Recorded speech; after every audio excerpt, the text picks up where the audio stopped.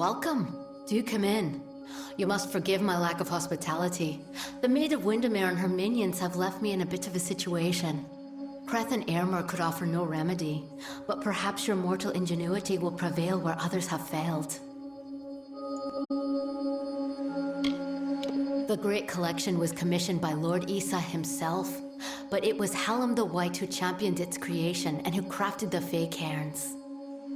As long as the library and its many cairns remain, the songs of summer will have a place in this world, being sung again and again for an eternity.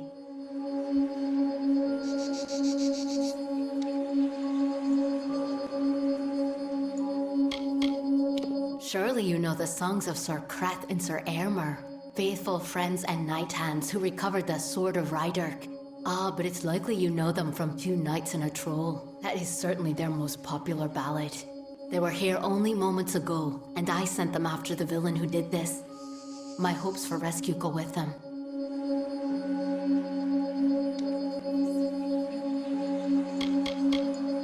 It is a form of magic new to our kind, a creation of our own Hallam the White. It is what he and I have been doing here in the library these past few seasons. Lorestones have become a common magic among the young races. They are readily made, changed, and defiled. We Fae need a new currency of telling, a new way. The Echo Stone and the Fey Cairns are the latest in a series of experiments, as Hallam and I seek a way to protect and perpetuate our greatest songs. They were designed by Father Atair, a mortal, and I worked with Hallam the White to fashion the enchanted cairn shell itself. Quite a discovery they are. It took more than a season to conceive of, and then create the first working cairn, but it has been worth all my efforts. Our songs of summer are safe, for now.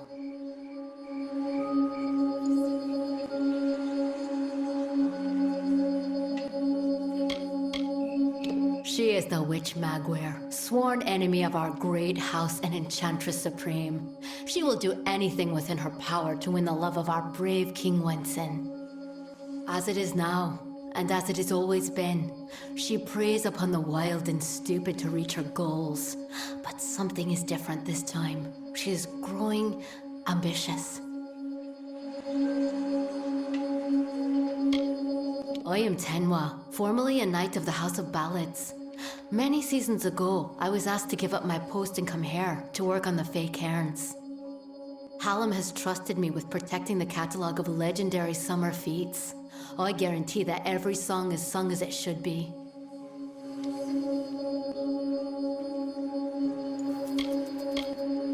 The maid paid me a visit this past evening. She and her accomplice, Nyx the Troll, stole my most prized cairns. All that work, and for what? With what I know, I should have expected an attack.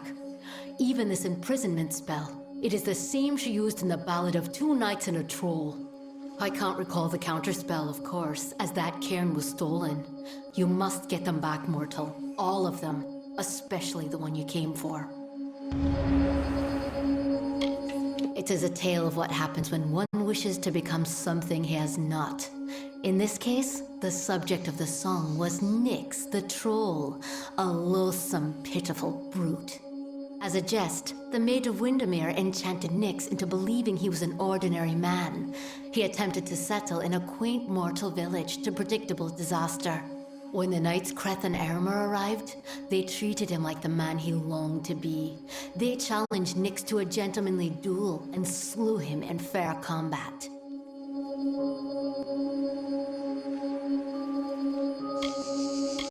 As in his ballad, Nyx ran when he saw Kreth and Ermer arrive. He is clearly under the maid's curse and may be doing her bidding. He ransacked the cottage and made off into the night, his gigantic arm piled high with fey cairns, my fey cairns.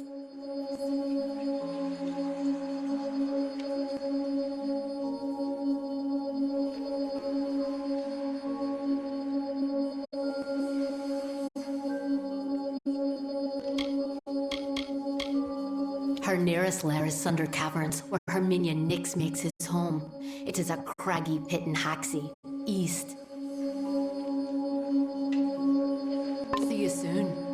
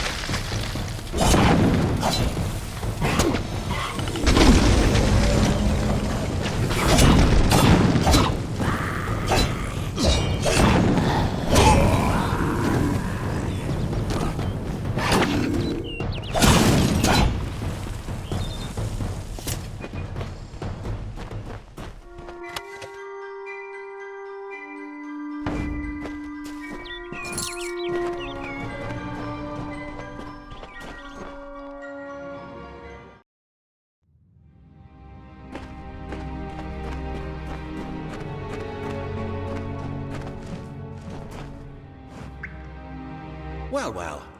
You truly fit Hallam's description. It's nice to finally gaze upon the new Sagril. I am Sir Aylmer. This is my companion, Sir Creth. Ah. Welcome to Sunder Caverns. If you've come in search of the Maid of Windermere, I must disappoint you. She's nowhere to be found.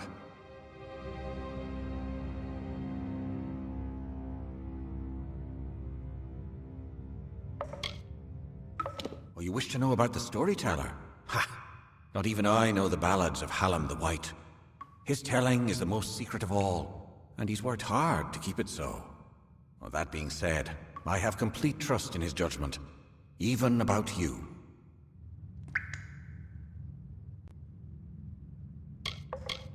I am Sir Aylmer at your service. My oath-bond brother and knight-hand Creth and I were the knights who returned the flaming sword of Ryderk. I believe that there is no higher calling than the House of Ballads. We are all that stands between glory and complete anonymity.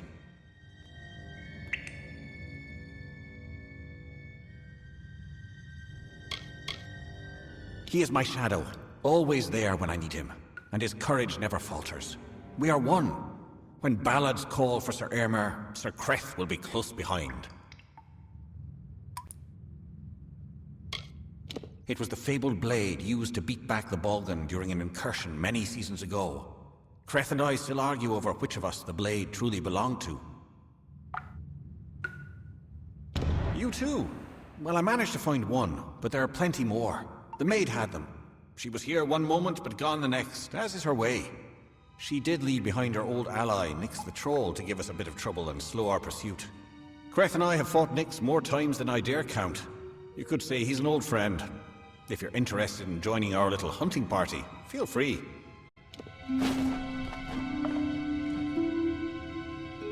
Oh, it's you.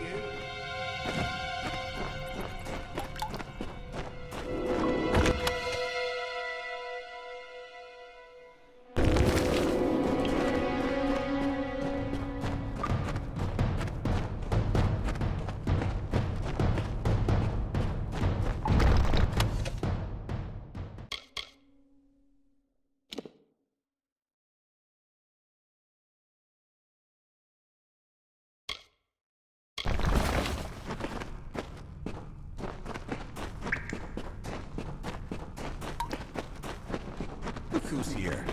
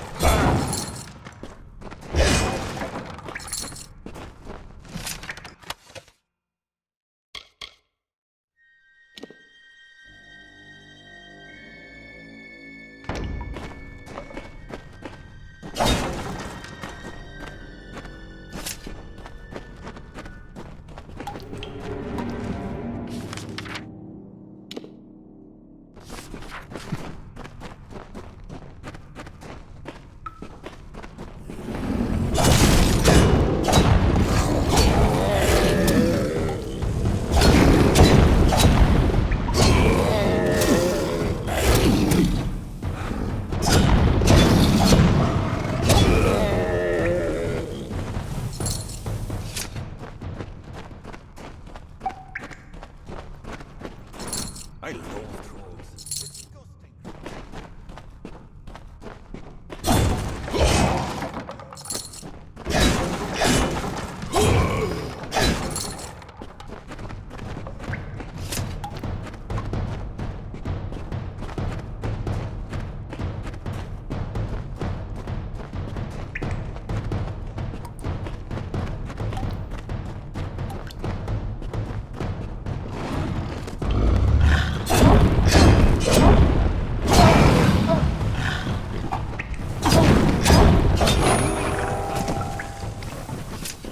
We didn't expect to see you here. I imagine Tenwa has something to do with this. Sunder Caverns is littered with the things. Of course, we'll have to get through Nyx to find them all.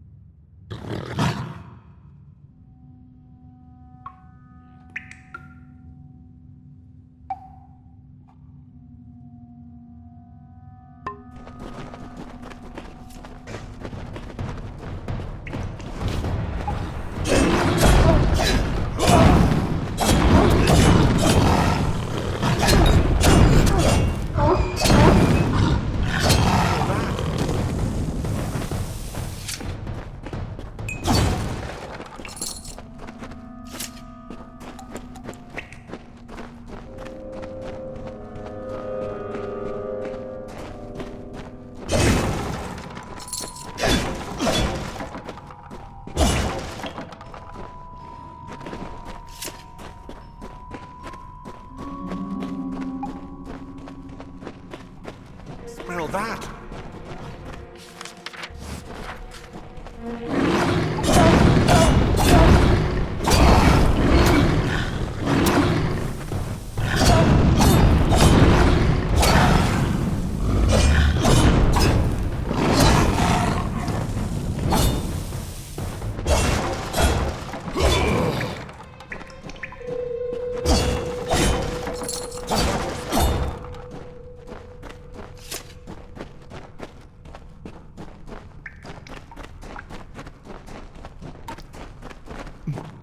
Eyes forward.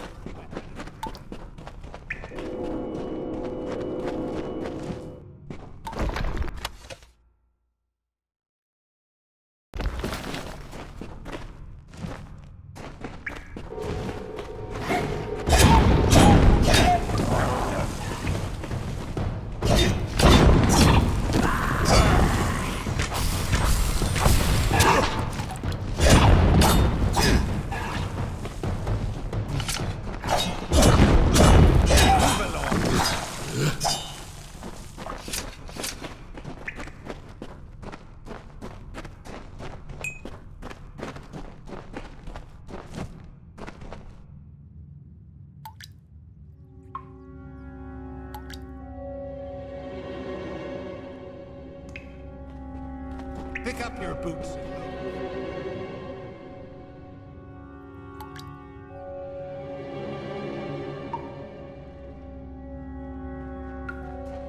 Stay with us, Creth.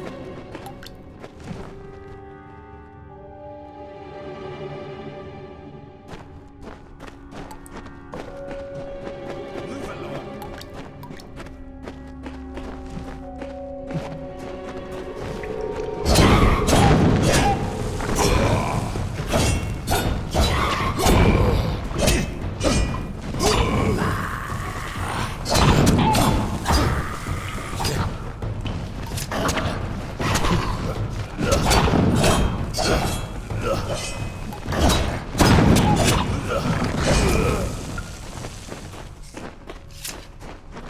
Watch yourself.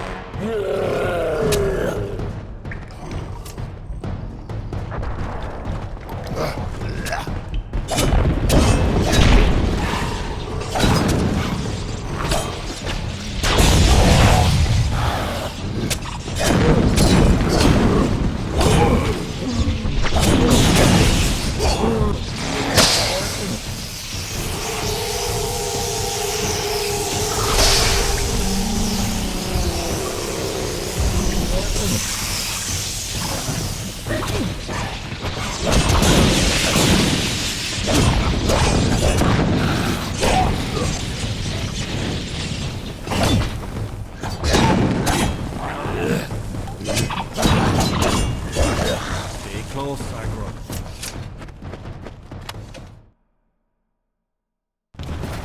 That wasn't so terrible now, was it? Still, I'm baffled as to why Nyx was outside Sunder Caverns. It was surely not to play his part in the coming ballad. There's more going on here than Creth and I are party to, and I want to know what. We'll speak again back at the House of Ballads. And Sagro, thank you. These are times of change, and we all must be on our guard.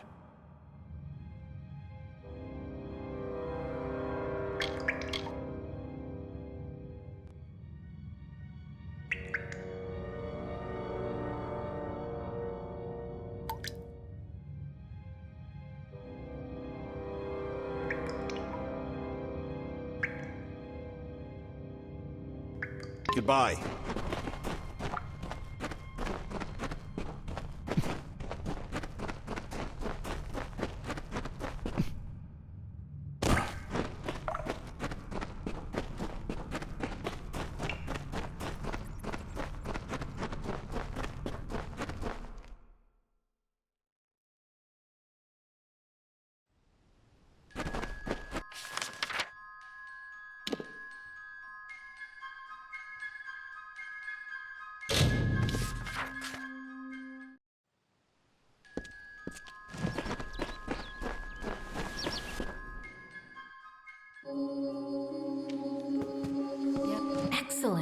But you've returned without the most important cairn of all.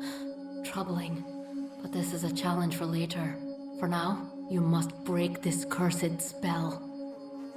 As you've no doubt noticed, those cairns are warded and will not reveal their secrets. They will, however, last an eternity.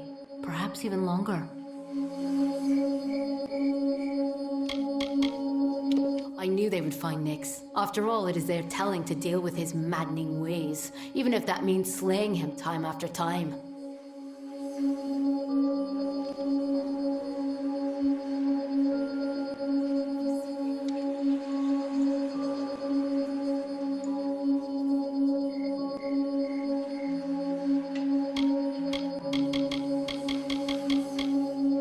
Those cairns are like lore stones, but special.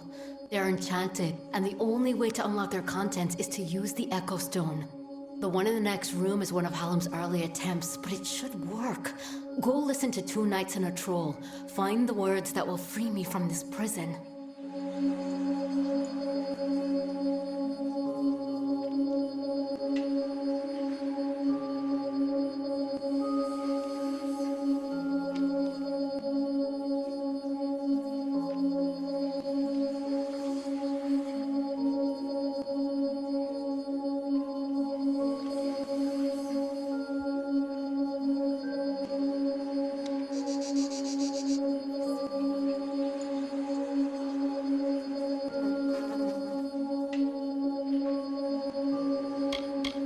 It is a magical shrine, specially created to hold the most glorious of Fae songs through tragedy and time. There is one in the other room. See you soon. May the stone sing your song to the ages. May the breath of time remember you. Listen. Listen as the echo stone etches each ballad in memory.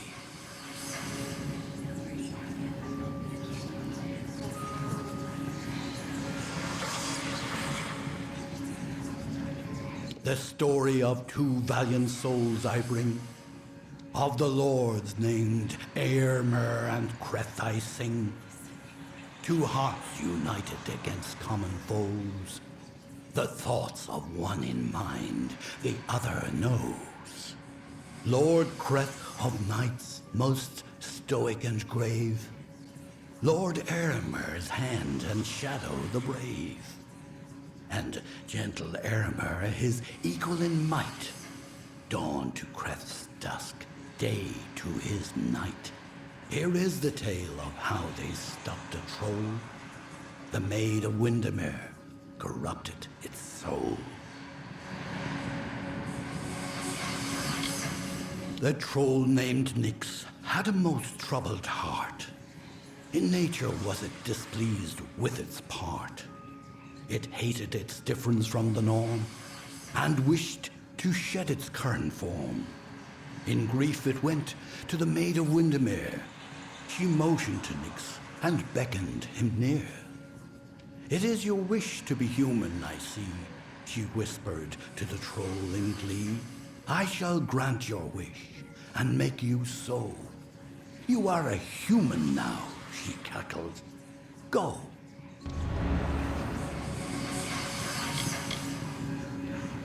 And so the troll named Nyx to town it came, never suspecting it was still the same. It crushed the road and split the wall, and Creth and Aermer were sure to fall. They faced the troll and fought to no avail. The wise knights knew what was wrong in our tale. The treacherous maid of Windermere at play. We know in part what is wrong with this Fae. And so Lord Aermer shouted to Lord Creth, challenged this troll to a duel to the death.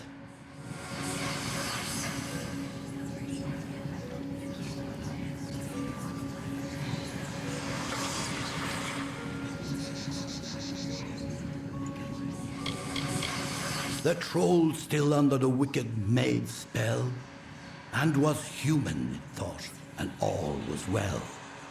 rampaged throughout the countryside in joy, treating all as toys.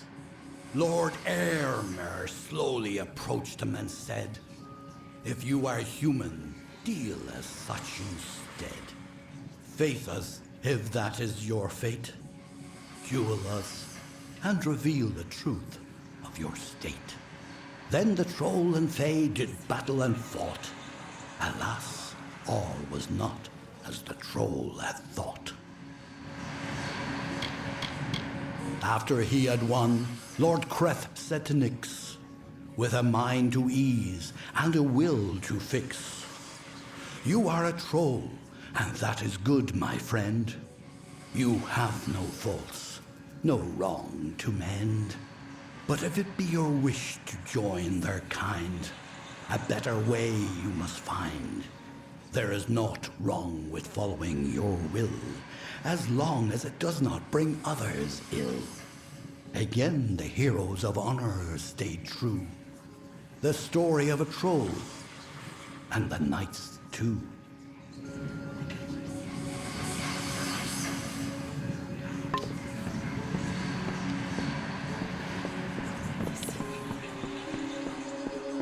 Yes.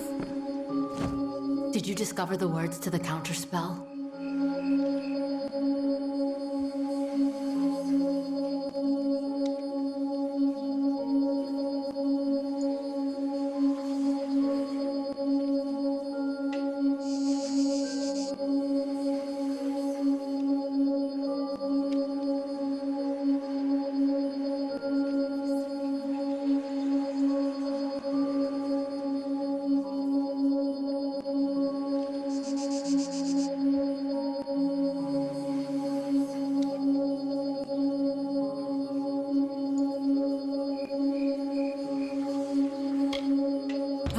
That's it. Hear me, and don't forget a word. What Hallam feared is coming to pass. Somehow, using a new and twisted magic, the Maid of Windermere hopes to alter the telling. At this moment, she possesses the single most important song in our canon, the hero and the maid. If its story changes, we are all at risk. You must warn the House of Ballads. Time is running out for all of us.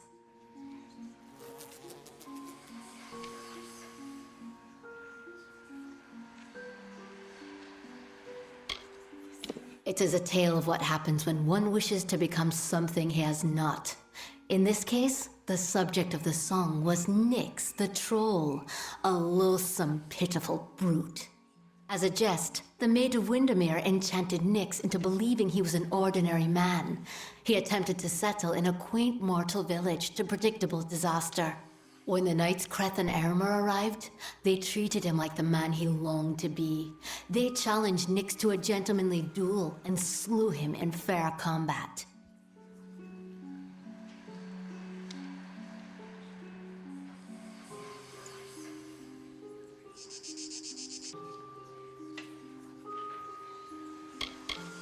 The Great Collection was commissioned by Lord Issa himself, but it was Hallam the White who championed its creation and who crafted the Fae Cairns.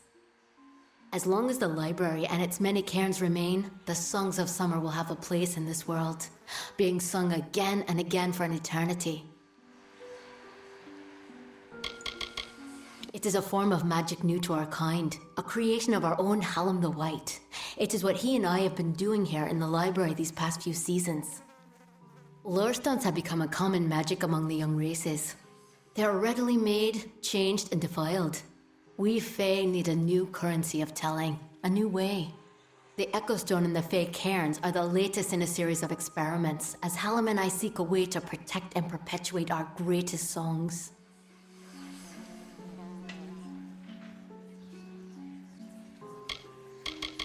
They were designed by Father Atair, a mortal, and I worked with Hallam the White to fashion the enchanted cairn shell itself. Quite a discovery they are. It took more than a season to conceive of, and then create the first working cairn, but it has been worth all my efforts. Our songs of summer are safe, for now. It is good you killed him. He deserved it for working with the likes of the maid. Of course he will be back, so don't get too self-congratulatory.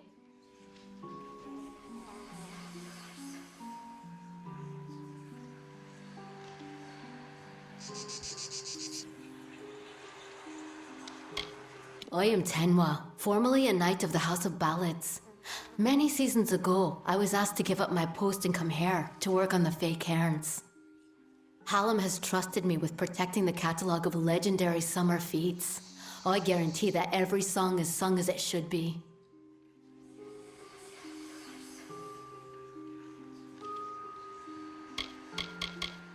Go find Wenson and Hallam. It may already be too late.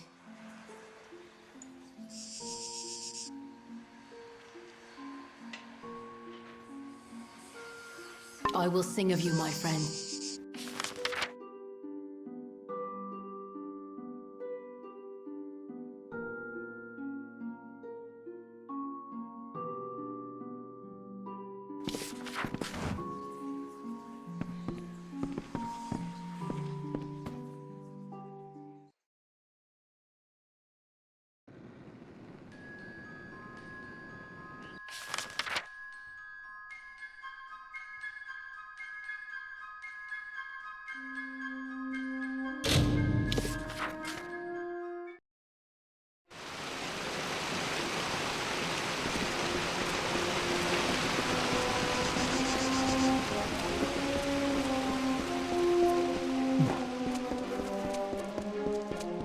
What is it?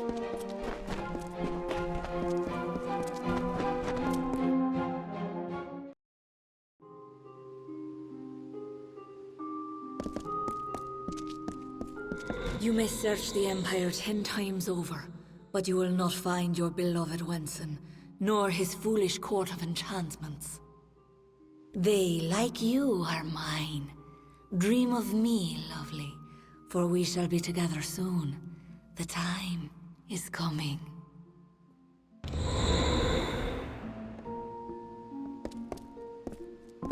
What do you need?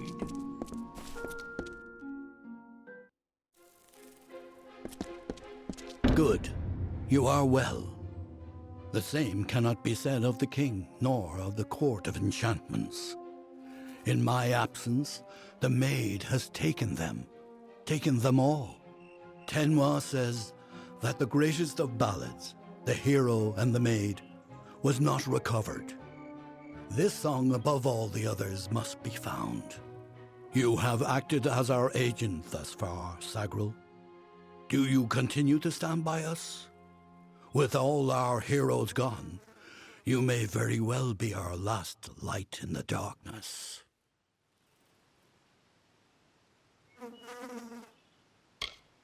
In that ballad, King Wenson defeats the Maid of Windermere once and for all. He confesses his love to trick her into an embrace. It is close enough for him to strike. If the maid is truly altering our ballads towards more favorable outcomes for her and her minions, then she could rewrite her own demise. She could avoid it altogether.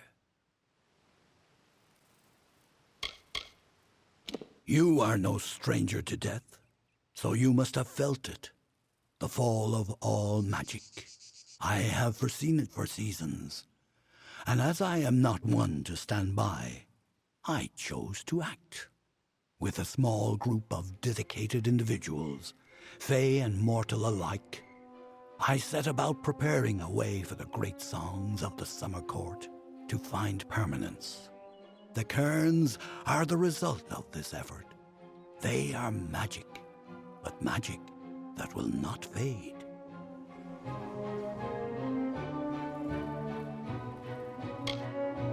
I knew I could count on you.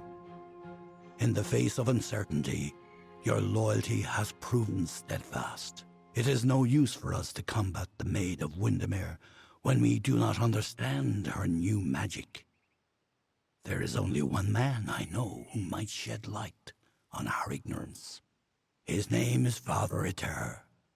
He is a monk and an alchemist, and a trusted friend. Iter may have the answers we seek.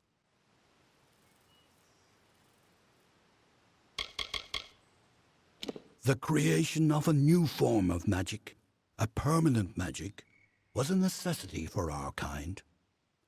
The rise of the mortal races coincides with our decline. Lore stones are a faulty method of remembrance, one that can be changed, destroyed. But the cairns, they are invulnerable to harm. They are forever.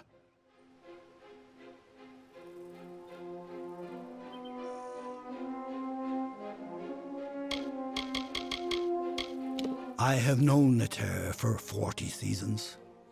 He believes in his god's order, and I have learned to respect his beliefs. Aside from being a follower of Mitharu, Neter is the most skilled alchemist I have ever known. His wise gaze peers even deeper into the mysteries of life than mine.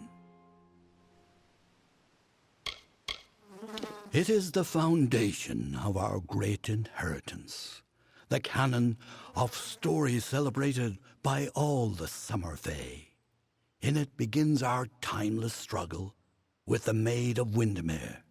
Driven mad by our love for King Wenson, the maid finally ensnares him with a spell of longing and retreats to her castle. There she waits to consummate the union. All is not lost. Wenson fights the enchantment, inspired by his ardor for Belmaid, his true beloved. Taking the maid in his embrace, he slays her once and for all.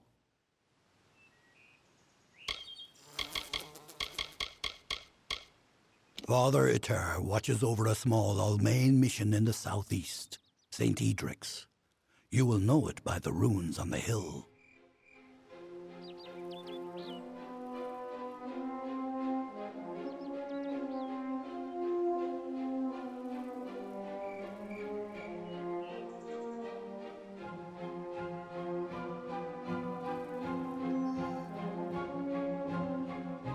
Go.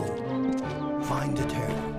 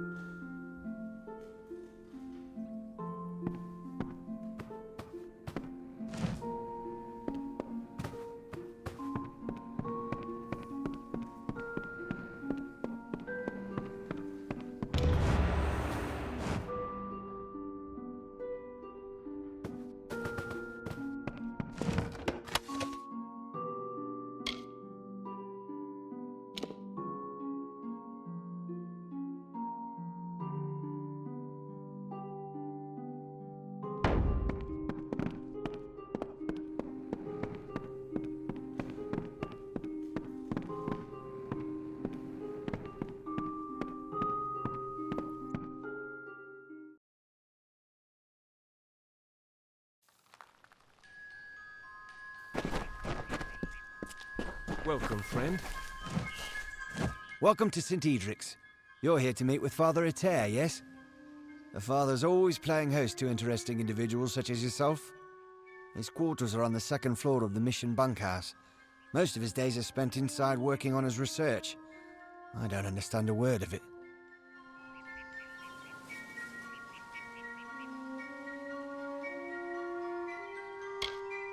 5 years in the swamps of Cluricon was enough to rid me of my lust for war. I was an impetuous youth, raised by the back of my father's right hand. But I found home here with the others. All we seek is a sliver of peace in this vast world.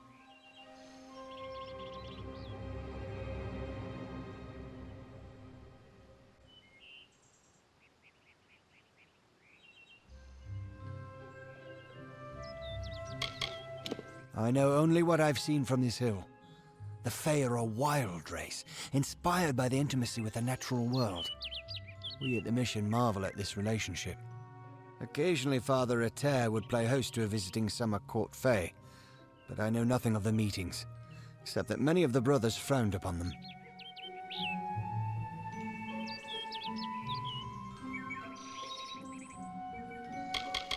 I'll admit that the Eastern lands are beautiful in their own way. Like Dalentarth, the forests and swamps are ruled by Fae folk, but a far more sinister variety. Cluricon should be seen, but I advise that you wait until after the war passes before you pay your ship's passage.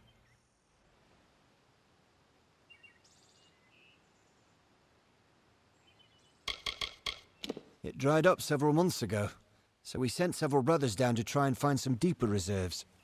Father Eter had great interest in Mitharu's natural splendors. He volunteered to lead the project, with Wolf by his side, of course.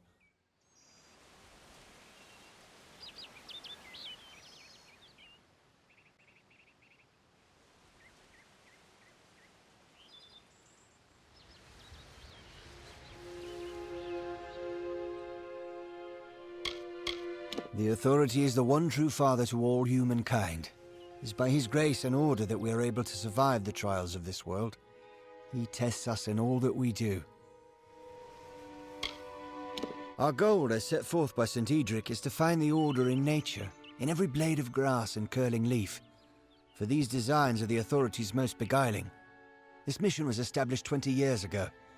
The gardens and fauna pens were Father Eter's idea. He marveled at Mitharu's gifts, the magic in the world around us.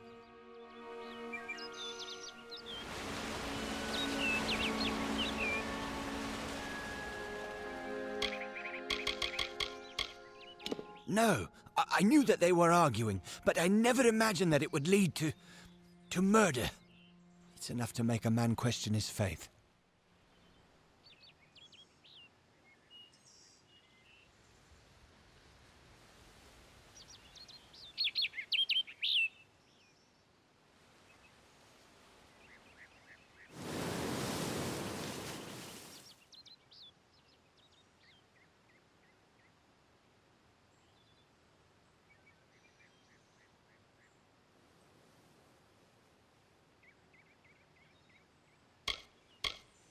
Father Eter and his apprentice brother Wolf, they were inseparable, like a true father and son.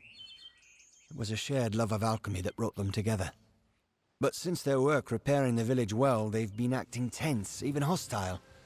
Just this morning I saw Eter fetching water, but now he's gone. Mitharu save us all. You're free to search the bunkhouse. Please, if you can shed any light on this tragedy, we'll do all we can to assist you.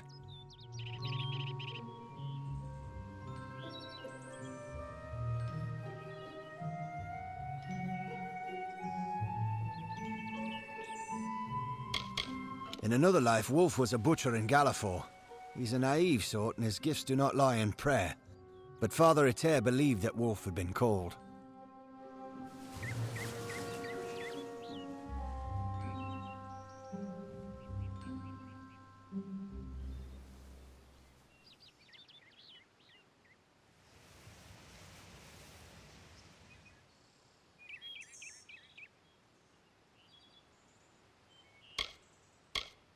Father Eter and his apprentices conducted many experiments.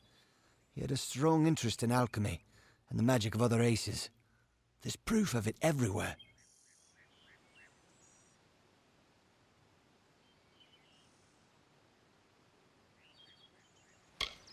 Farewell.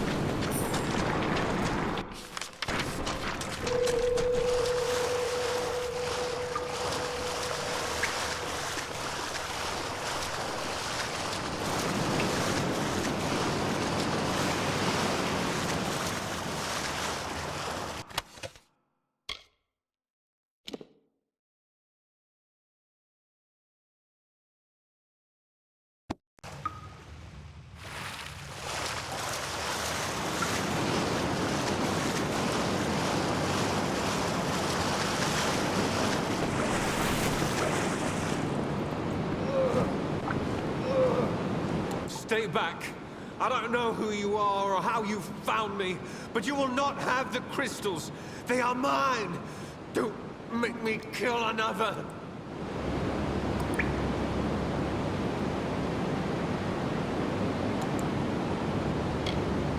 That was my name, yes. But it means nothing now. Not after everything I've seen, everything I've done. I am a cursed soul now. Mitharu has chewed me up and spit me out.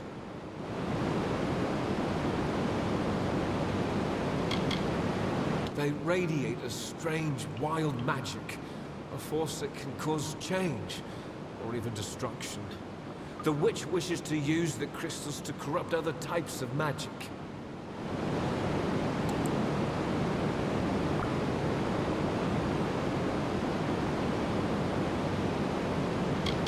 I lost my true father in the mines of Abatir. In many ways, Ater took his place. Taught me to respect hard work, discipline, the blessing of order in a chaotic world.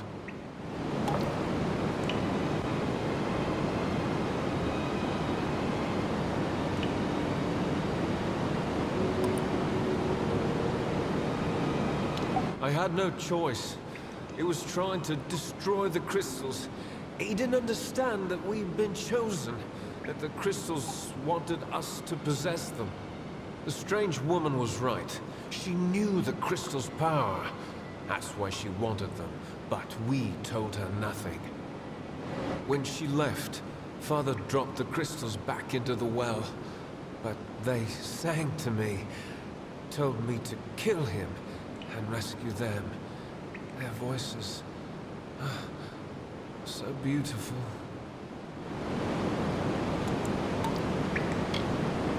She was a fae, quite beautiful. Called herself the Maid of Windermere. Father Ater was suspicious of her kindness and threw the crystals down the well. It was his idea to lie when the maid asked him about the crystal's properties, its strength, endless questions, but he told her nothing.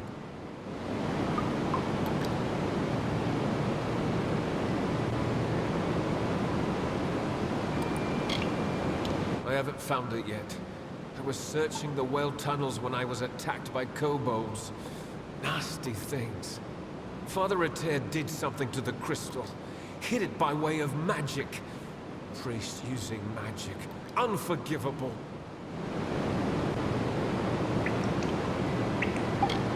The crystals give off a glorious music. Can you not hear? It speaks to me.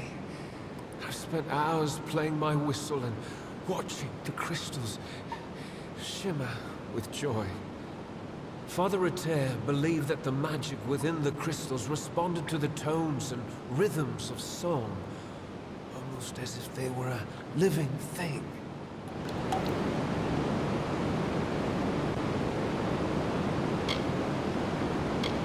Why would I want to do that?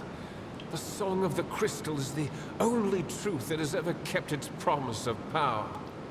Mitharu? Never. Father Eter? No. The maid was right. The crystal gives the power to end the pain. And now, I choose to end yours. Get out of here.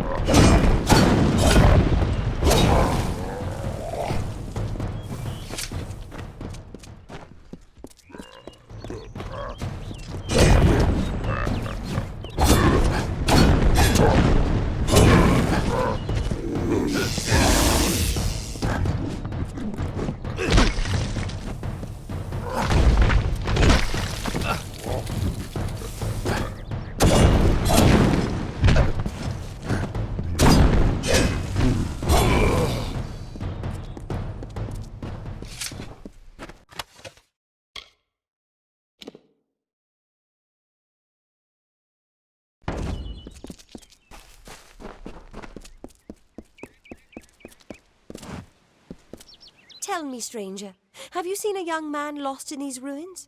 Maybe with two lovebirds who can't take their eyes off each other. I will not settle for the fate of common living. There is treasure in these ruins.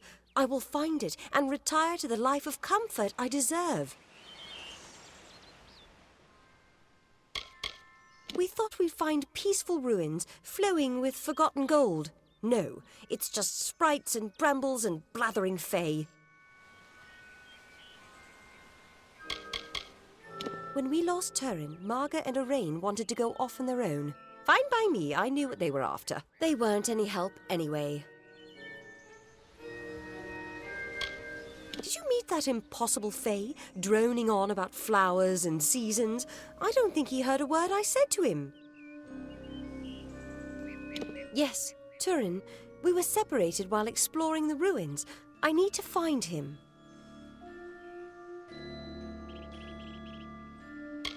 They're my friends.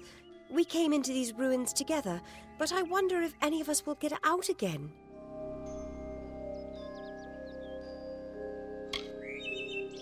I'm sure he's fine, but if you do find Turin, please send him this way. I need that damned scroll of his. It's nothing. A contract of sorts. This venture was supposed to fill our pockets with coin. Now I'd count us wealthy if we all make it out alive. One moment he was beside us, and the next he was gone. It's just like him, the big oaf. I should have known not to bring him along. My friends and I were separated while exploring the ruins. I especially need to find a young Almain named Turin. He has a scroll that I need. And if you do find him,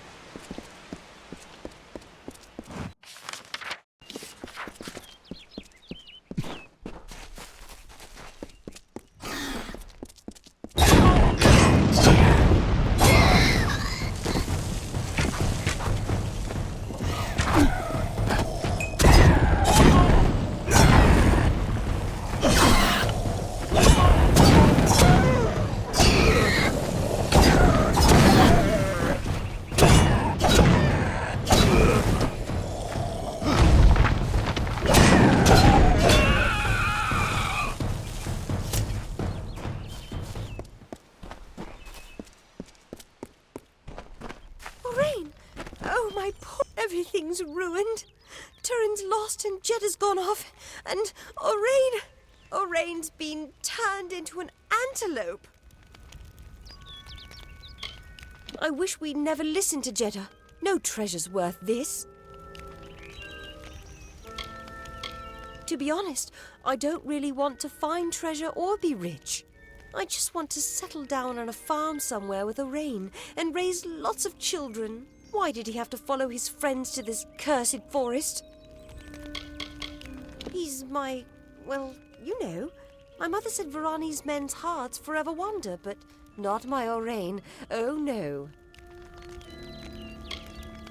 She never found Turin? She won't be happy. See, he had the scroll and... really, it's not my place to say. This was all Jeddah's idea. All her fault. Oraine went into those bushes. I heard a yell and saw a flash of light. Then an antelope came out wearing Oraine's silver necklace. My grandmother told me about places like this. How sprites would ensnare young men and turn them into forest creatures. I just know that's what's happened to Oraine. But he ran off before I could catch him. Please help me look for him. Absolutely. My grandmother told me all about it. One story tells of a man who entered the forest seeking a special flower for his beloved. But a sprite cursed him to wander the forest as an antelope until his true love gave him a kiss. Thank you. I don't know what I would have done. The antelope, Oraine, I mean, he ran off north into the ruins. You have to find him. My grandmother told me all about them. There was once a man who entered the forest in search of a special flower for his beloved. But a sprite cursed him, and he was forced to wander the forest as an antelope until his true love gave him a kiss. He ran north before I could catch him. I called and called, but he didn't come back.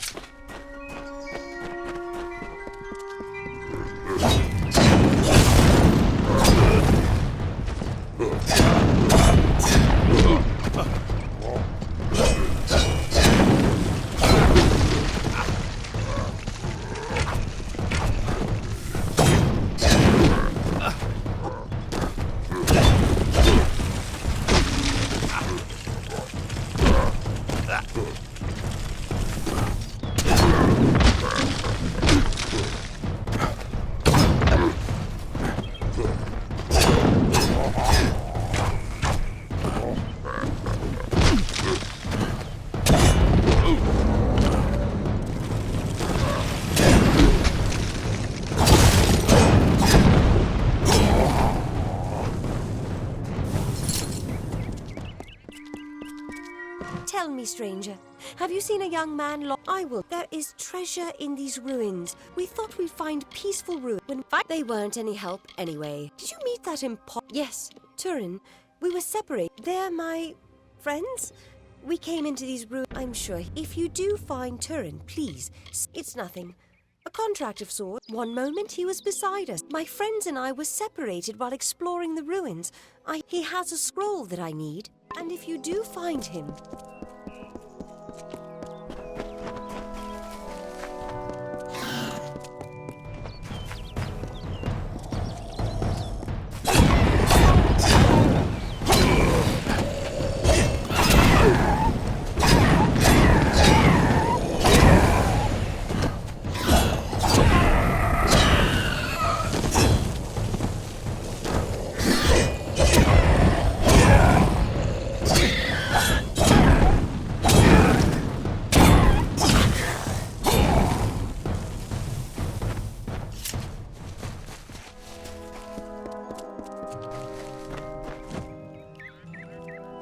Everything's ruined. Orain's been turned into... I wish we'd never listened to be...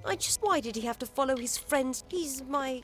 Well, she never... This was all Jetta's idea. Orain, I just know that's what's happened to Orain. Absolutely. What? But a sprite cursed him to wander the forest as an ant. Thank you. You have to find him. There was one... But a sprite cursed... He ran north before...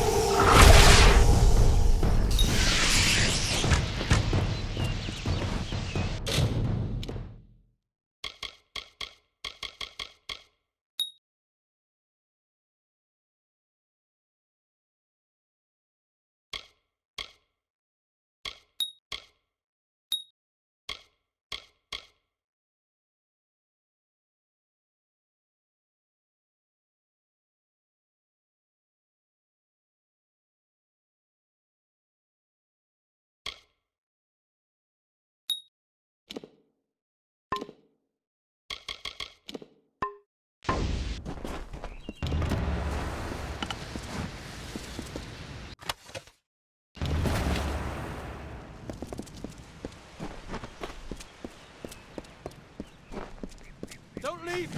Please! You have to open the cage! The Jotun filled up on that antelope. But I don't like the way the big one was looking at me.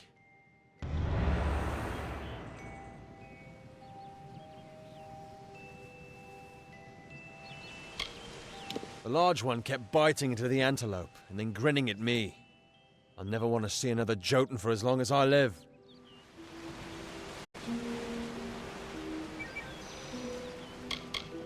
Jetta went on about all the treasure we would find here. All I've seen a Jotun in trouble.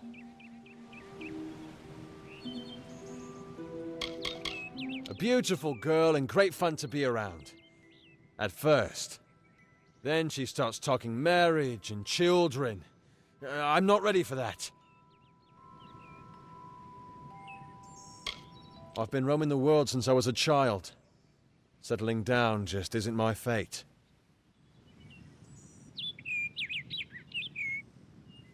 Of course not. You believe that too? I just needed an excuse to get away. Marga has gotten a little too attached for my tastes. Just my rotten luck that I stumbled into a bunch of Jotun. Can you get me out of here? Sweet girl, but wants a little more dedication than I'm ready for. I needed to get away. She'd go on about these stories her grandmother used to tell her. About creatures turning people into animals. She believed them, so there was my way out. I didn't reckon on getting captured by Jotun, though.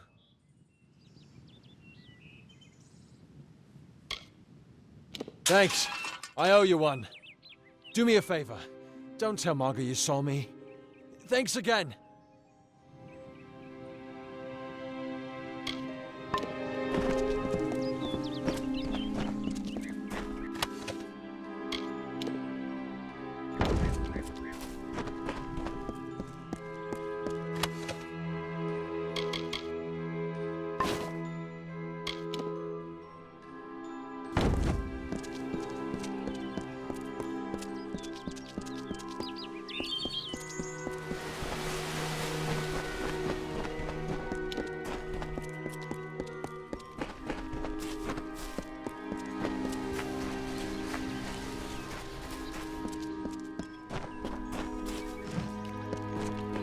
Something's happened, hasn't it? I can tell from your face. Did you find Orain?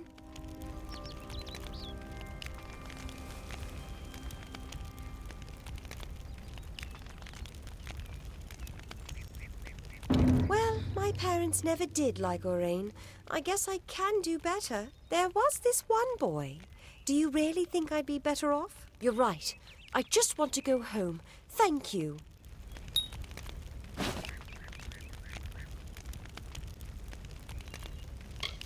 I miss my family. I just want to go home. Why did I follow Orain to this cursed forest? He was always fun to be around, but he never took anything seriously. You're right. I should just head back home.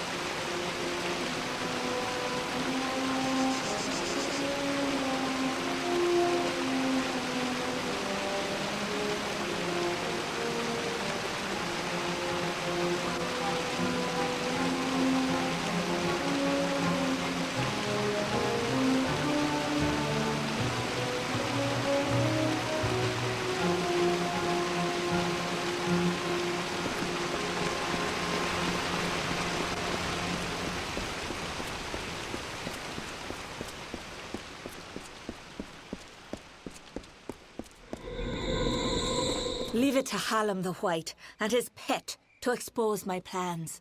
You will regret ever joining the House of Ballads.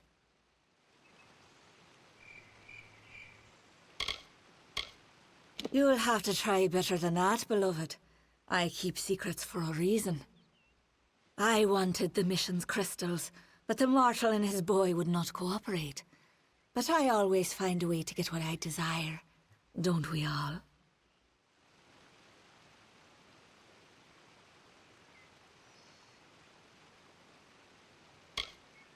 I am known as the Maid of Windmere, but that is all you shall learn this day.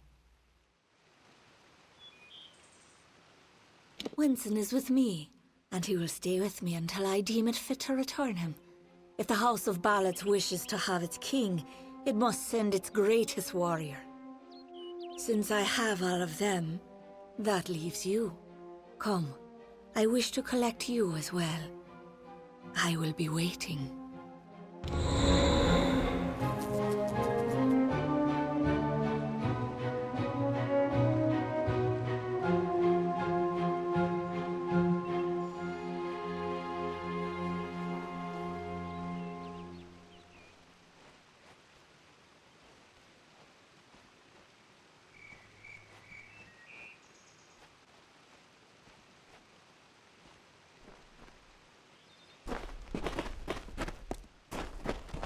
This is not just about the court anymore.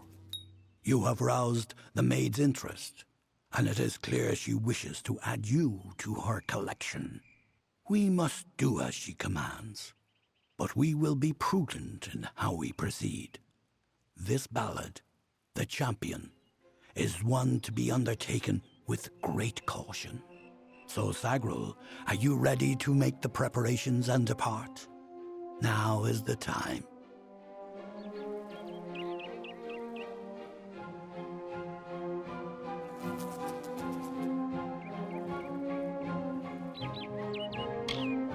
I cannot foresee the outcome of these events, Agril. This version of the telling has never been told. I can hardly bear to think of what is coming. You must do all you can to preserve the House of Ballads, even as the maid tempts you with her promises of freedom. We have a responsibility to what has come before. She covets King Wenson and always has, by taking the whole court of enchantments. She is sending a strong message. Revenge is now what she desires most. There is more. There is you. The maid is a curious sort, one whose interest is easily aroused. Your presence has altered the telling, and she wishes to learn why.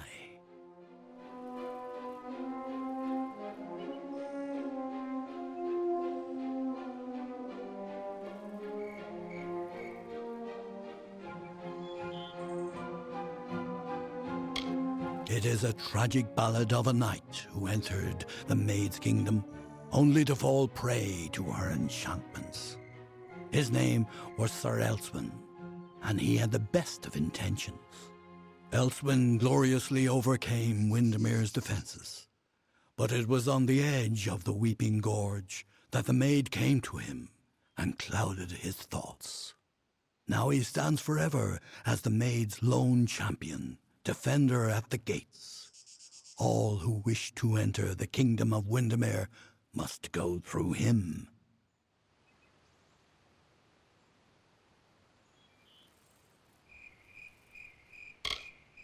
Then it is time. You are the last knight of the House of Ballads. You represent all that we've been through, all that we are, in this telling and all those to come. There is little you can do to prepare for the journey ahead, but take another resurrection potion like the one you used to save Ferrara. You may need it. This is all I can offer you. The rest of the story is yours to tell. One can always find what is sought if the desire is strong enough.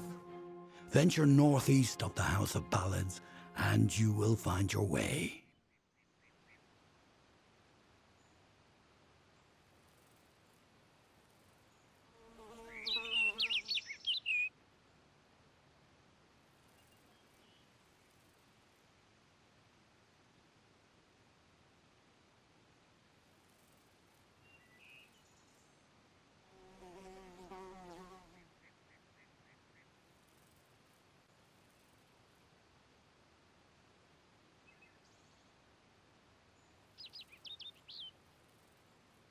You are our last hope, Sagril.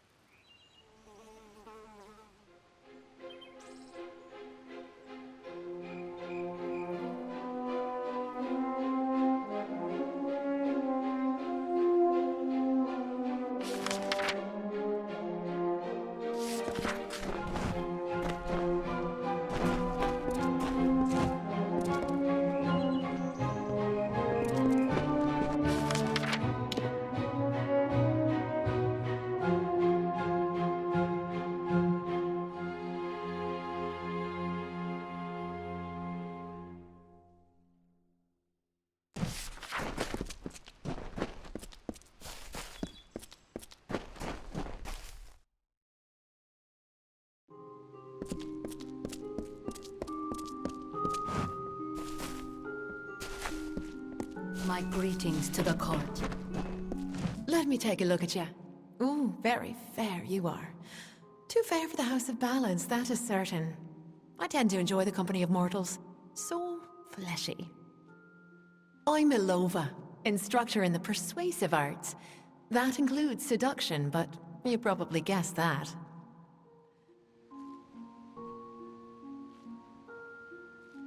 I was brought here by Ferrara himself. Forbidden love can lead you in the strangest of directions. Here I am at the House of Ballads, and I won't even hold a sword. Care to be my squire? Intense relationships they are. Very intense. Many moonlit evenings are expected. The ballads sing of her as a winter court witch, and that she wishes to wither the summer. Me, I believe her affections for Wenson are quite real. I've met him, I know.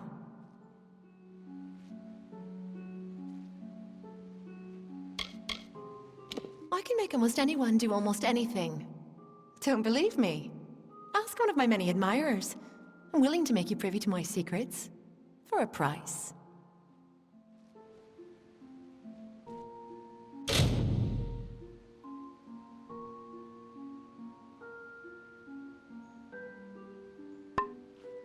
Come back soon.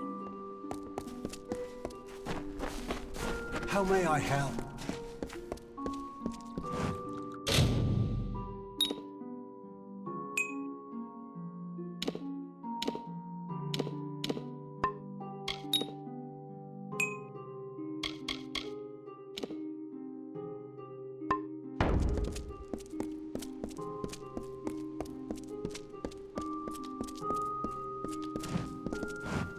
Welcome, ageless one. I am Arvia, but I suspect you know that already. The tides of fate have washed me upon your shore, and I am here to do your bidding. I am but a tool of the destinies, a mouthpiece for their changing voices. I do not know how I know what I know. It has been that way since I first stepped from my hollow. You act as though we're strangers. That's not true, is it? In many a dream you've come to me. Even in death you've brushed my consciousness. I am here for you, to guide you in a careful separation of the threads of fate, and to ease you into a more appropriate plane. Lord Isa had great faith in Wenson, and his instincts have proven true. But all kingdoms fall, and all kings fall with them. There is no clear victory for the House of Ballads. I see nothing. Only you. I know little of her origins, but it is clear that she means to harm us. Otherwise, why would she have taken our friends?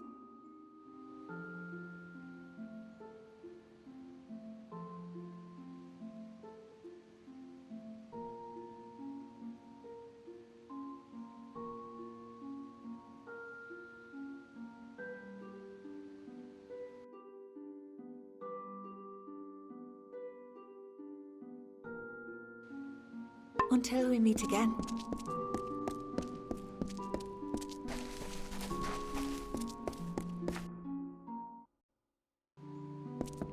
My greetings to the court.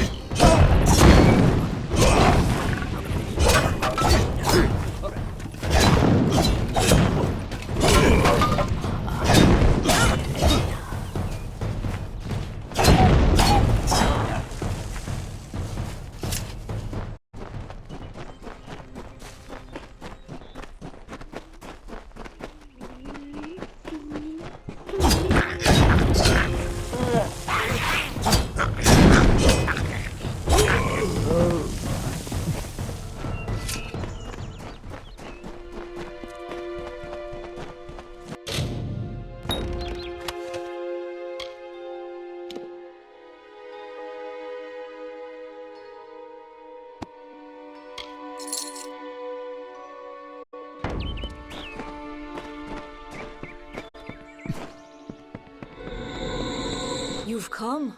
Wise. Wiser than those other fools in the House of Ballads. It is their inability to see beyond themselves that has brought them to this end. This is my realm, and any who seek to cross it must first face my challenges. The Wall of Thorns awaits.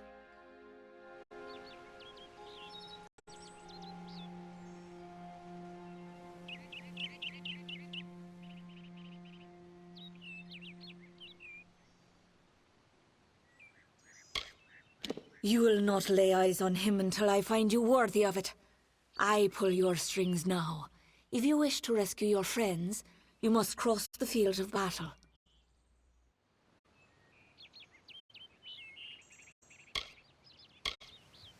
I am not of the summer court, but a flower of the bleak winter, and I desire the one thing that the chill of immortality cannot provide: love. As it is in the telling, so it will be for you. Only a true knight of the House of Ballads may pass beyond the wall, and every true knight needs armor. Tell me, beloved, are your tales worth a minstrel's breath, or are you just dust waiting to fall?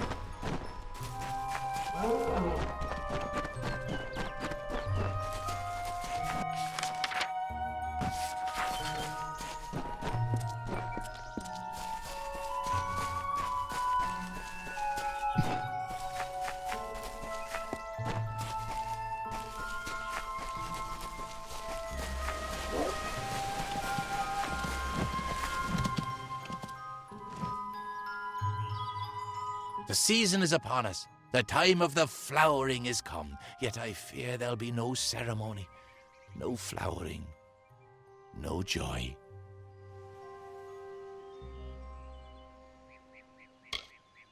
The flowering is our ballad, Bodril's and mine.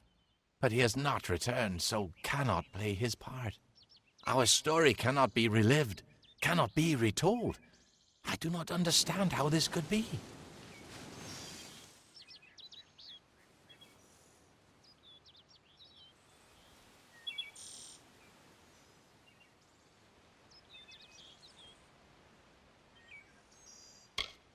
When the time of the flowering draws near, Bodril arrives. It's then we set to work, he in his way, and I in mine. Only this time, he's delayed. He has not come. Yes, you might call it that. But I say, our woods, our streams, our ancient stones, we are theirs as much as they are ours.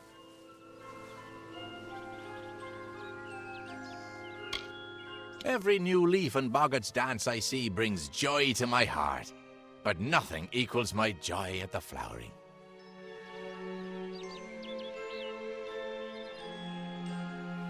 Why, it is the finest, most miraculous thing.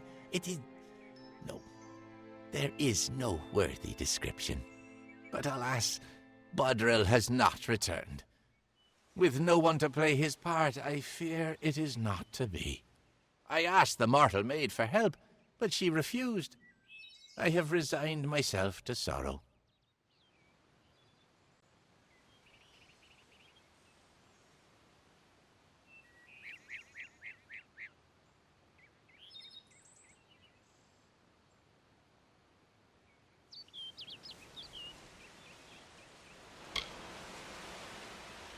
Why, Bodril is... Well, he always returns to take part in the flowering. Only now the season has come, but he has not. Why, I cannot say.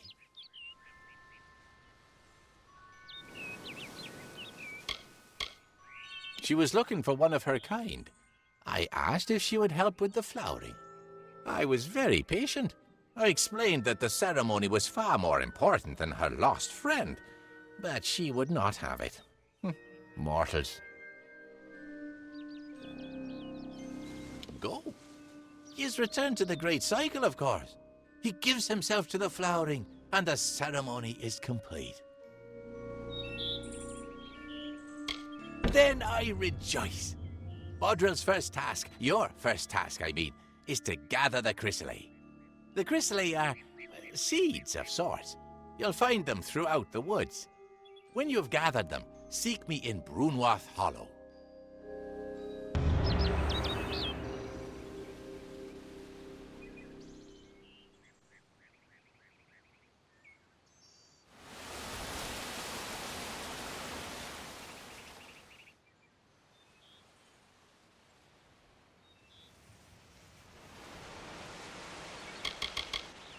She came in search of things. A mortal boy, some ancient fragments. I do not pretend to understand the thoughts and workings of mortals.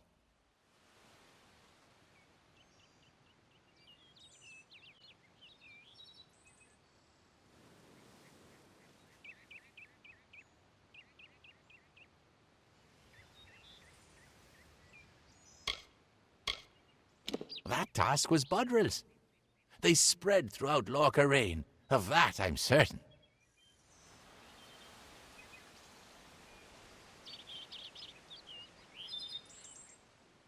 There is more to mortals than I had thought.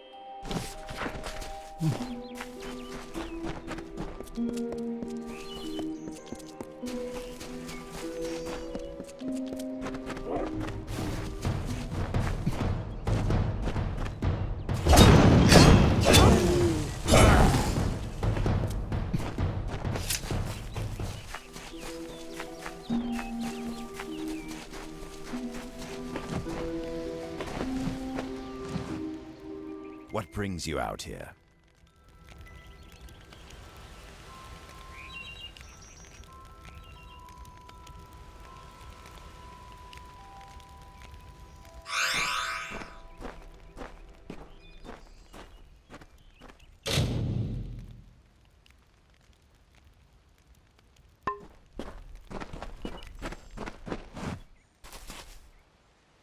You haven't seen an angry-looking Docklefa, have you? Pointy beard? No? Nothing to it, really. You just need to get the feel for it. Once you have that, no door stays locked for long.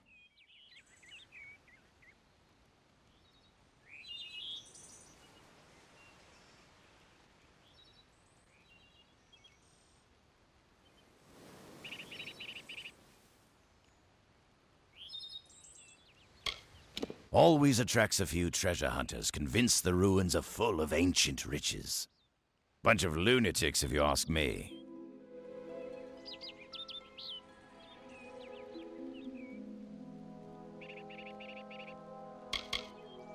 People call me a thief, but I've never stolen anything. Occasionally I'll use other people's houses while they're away. I don't see what they're so angry about. So I have to come out here now and again to let things in town cool off.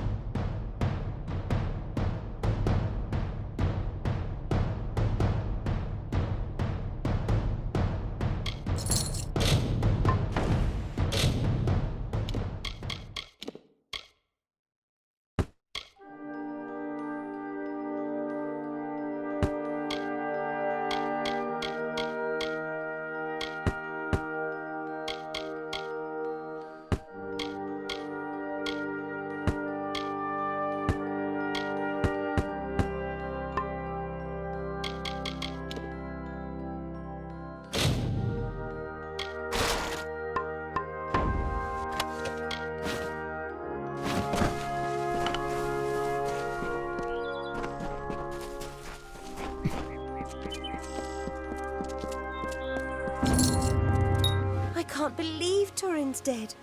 But I can't dwell on that now. Thank you for returning this scroll to me. You have no idea how important it is. Please, I can't. I need to think clearly. I have things I need to do in this forest. Afterwards, later, I'll sort it all out.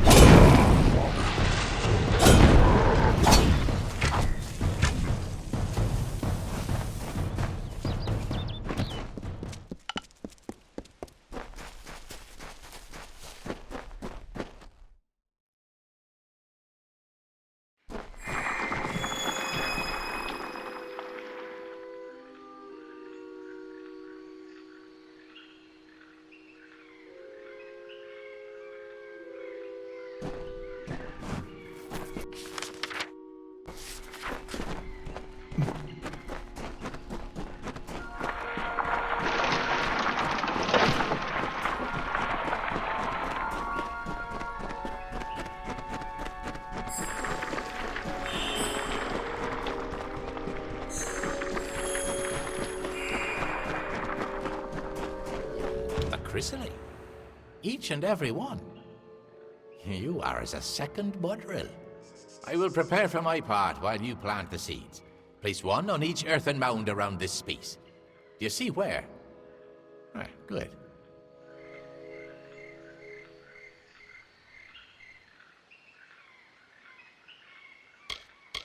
Look around this space.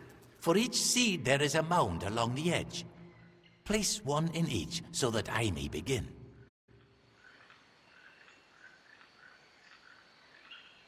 Leave and go in peace, young one.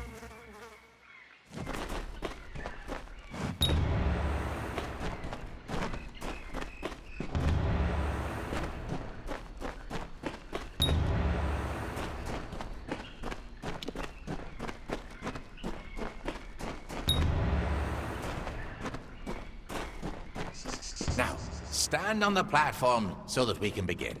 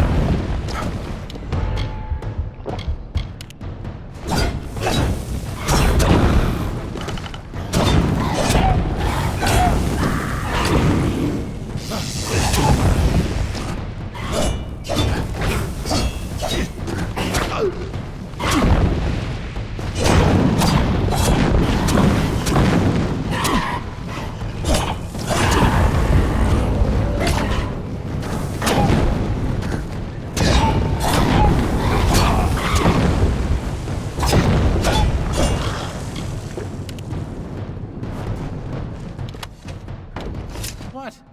Why do you remain? That's not how the ceremony goes. You were supposed to give yourself to the sprites, as Bodril always did. Instead, look at them. You've killed them all.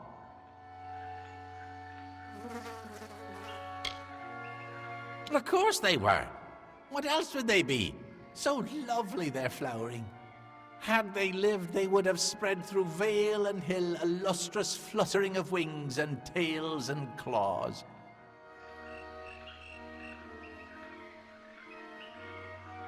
This I had not considered. Mortals forever perplex me. You are not Bodril, so I must make allowances. Very well. Although this was not as I hoped, you could only do what fate permits. But since Bodril should be gone, so should you. Leave Brunwath. But first, have this. A gift of the flowering. Never before has Bodril failed to return in the time of the flowering. What can it mean, mortal?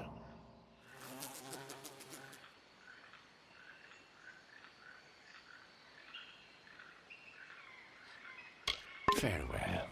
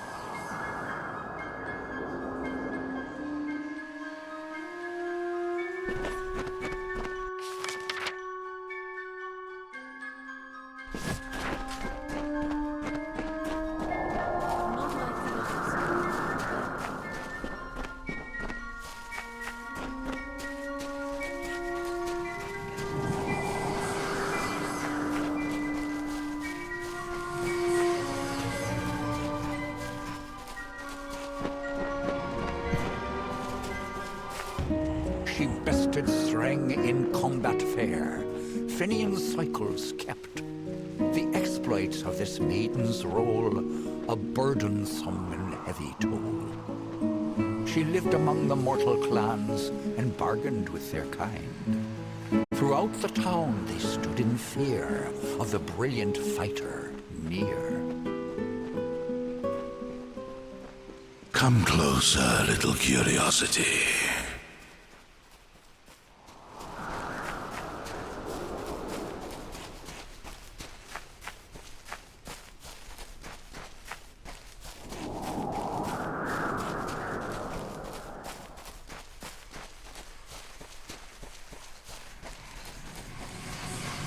The curious one seeks a way to the Fae, but it has found its way to the boughs of the World Tree instead.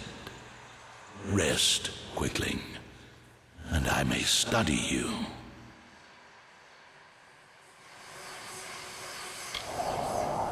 Look around you, and I am all that you can see. My roots spread across Dalentarth. My leaves read the winds from Frostbrine Coast to Alabastra. My family and I circle this world. We were saplings when your kind emerged from the dark, and we will grow with you until this world burns once again.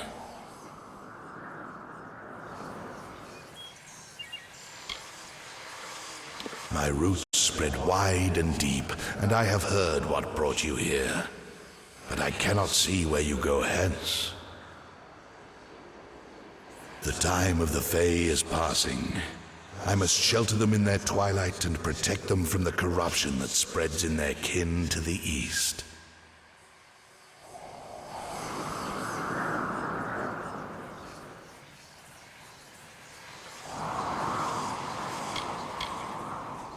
I know your needs. But the predators circle Issa in her nest, and I cannot allow another to enter. Issa's end has always been certain, buried beneath Prismere blades. I can only hold back the tide. But you, perhaps you can change the currents. Where you tread, you mark all you touch. Before I would help you, I must know. Will you be a kind gardener or a careless reaper?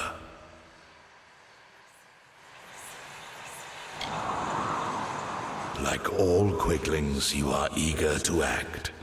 I would rather see the method of your action. A tribe of trolls has been corrupted with Prismere. Their matriarch, Nash, has united the clans in the first step on the path of Dalentarth's demise. You can change this fate, but to what? In doing so, you may awaken a more dangerous threat, like your ally, Aelin Shear.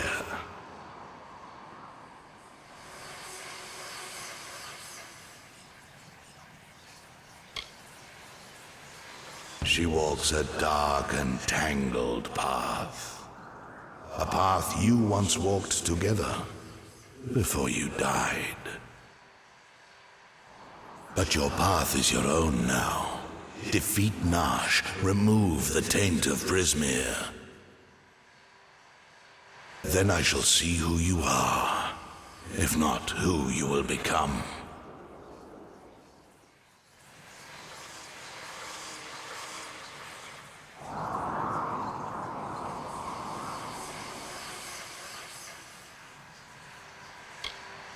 Aelin Shear is a mystery and a simplicity. She is focused in a way few quicklings are. Her dedication is true, but I do not know the cause. Together you have walked dark paths beneath my boughs. You knew one another before your death, or thought you knew each other.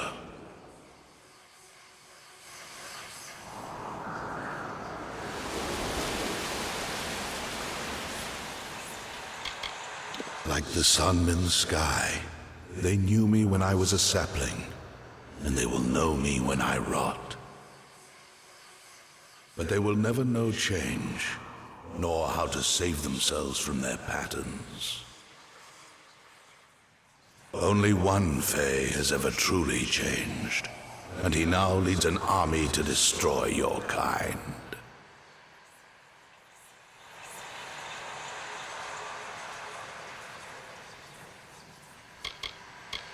The fates of quicklings are very simple.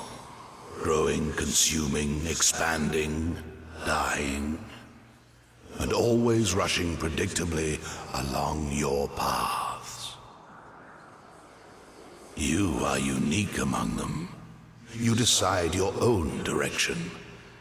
But does that mean you will choose anything different?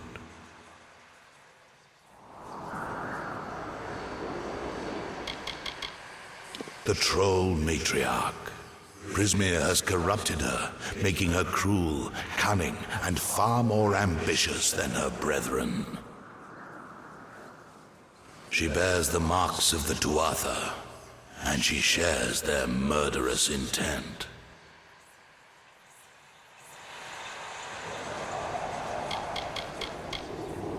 I am as world trees have ever been since the dawn of time. I watch, I understand, and I remember.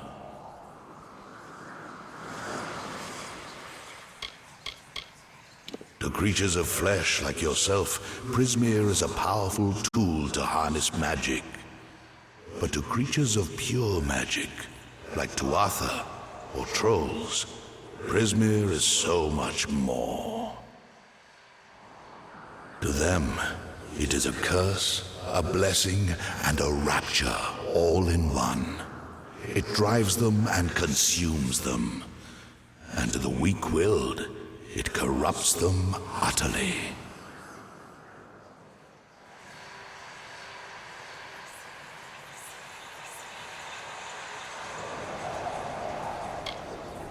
I can no longer ignore the quicklings like your kind, who rush through the world, ever anxious, ever eager, ever evolving, but never changing.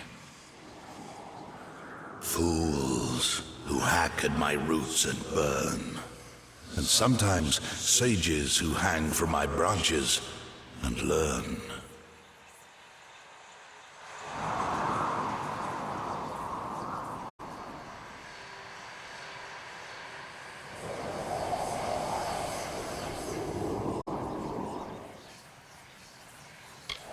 The last great Fey city, at once the birth of their dream, the throne of their great realm, and the deathbed of their kind. In thanks to High King Titarian, my boughs stand vigil over their city in their twilight. Only by my leave may visitors see them in their weakness.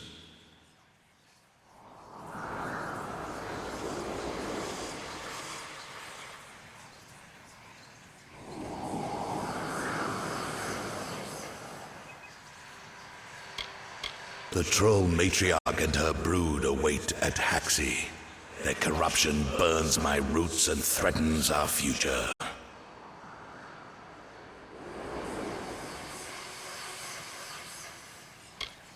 Walk your path and watch your ally.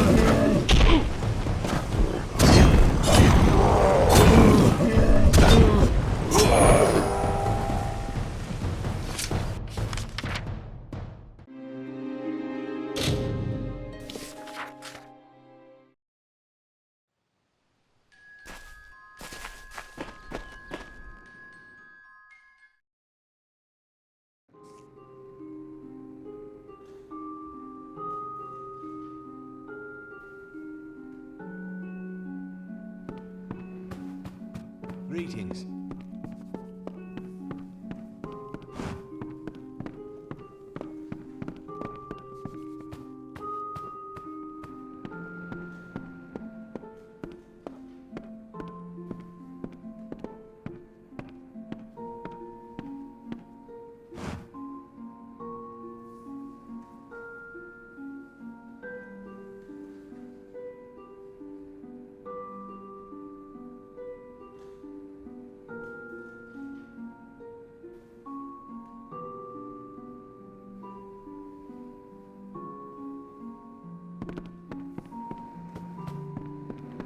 Hello there.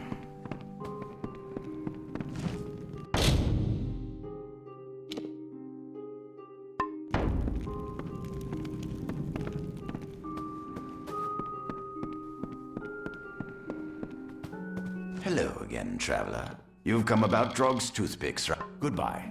Hello. Welcome back. What can I do for you?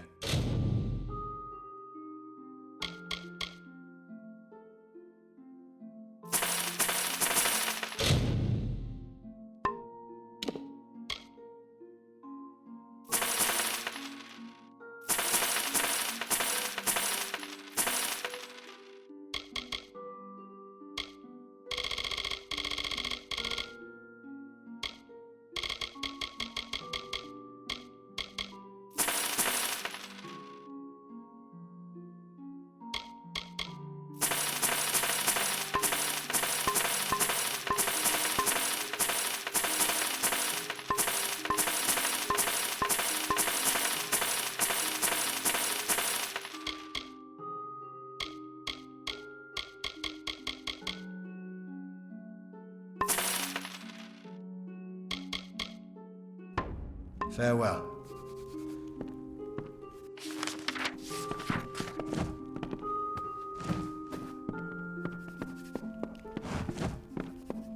Good day.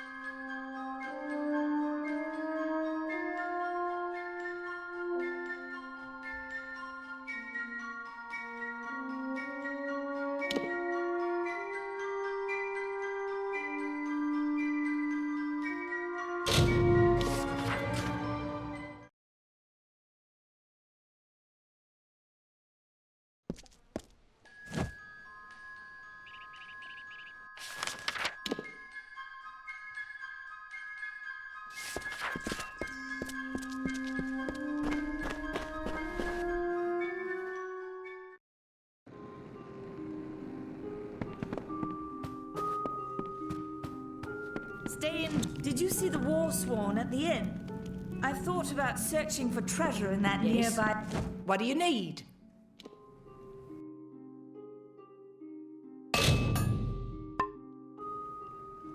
So long.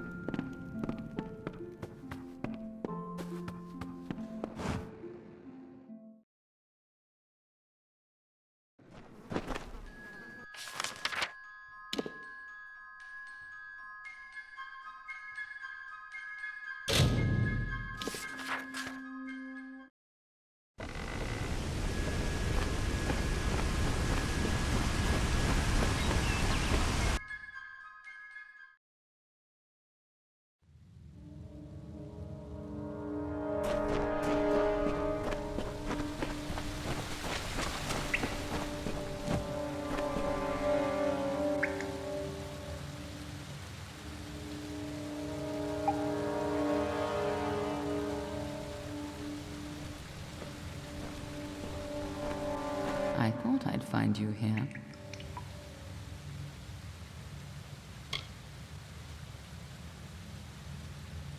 That damned tree sent me. He has roots and branches all through the forest, but I was so hoping you'd be enough of a distraction for me to pass unnoticed. He said we should walk this path together. Thought I could help you, or maybe that you could help me.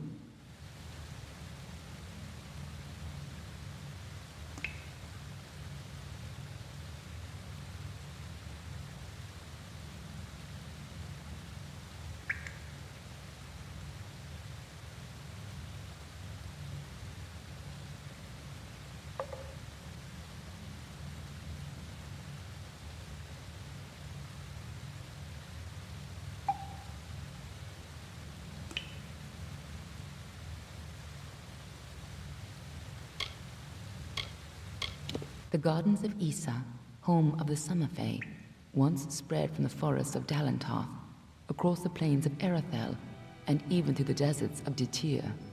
Between the madness of the war and the spread of man, Alfar, and Gnome, the Summer Fae lose a little more ground every day. A tragedy for them.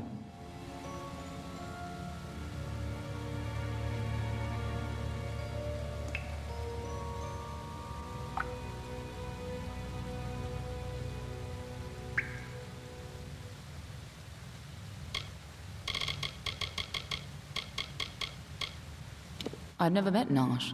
Trolls and Doppelfar rarely invite each other to tea. But if she's matriarch of a clan, you can be sure that she's strong. And if she's so corrupted that Neuralim is nervous about her, then she must pose a bigger threat than most trolls.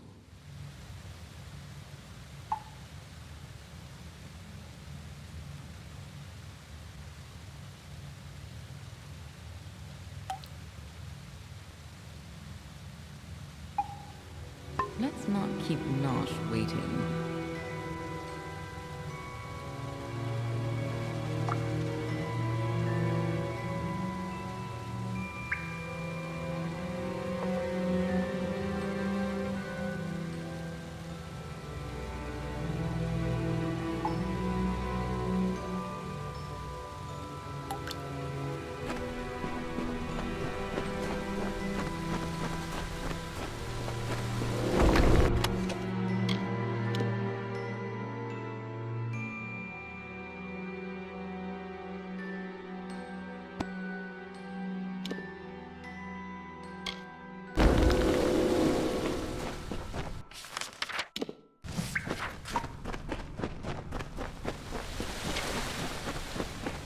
Trolls aren't normally this well organized. Even the biggest clans never built dens this deep.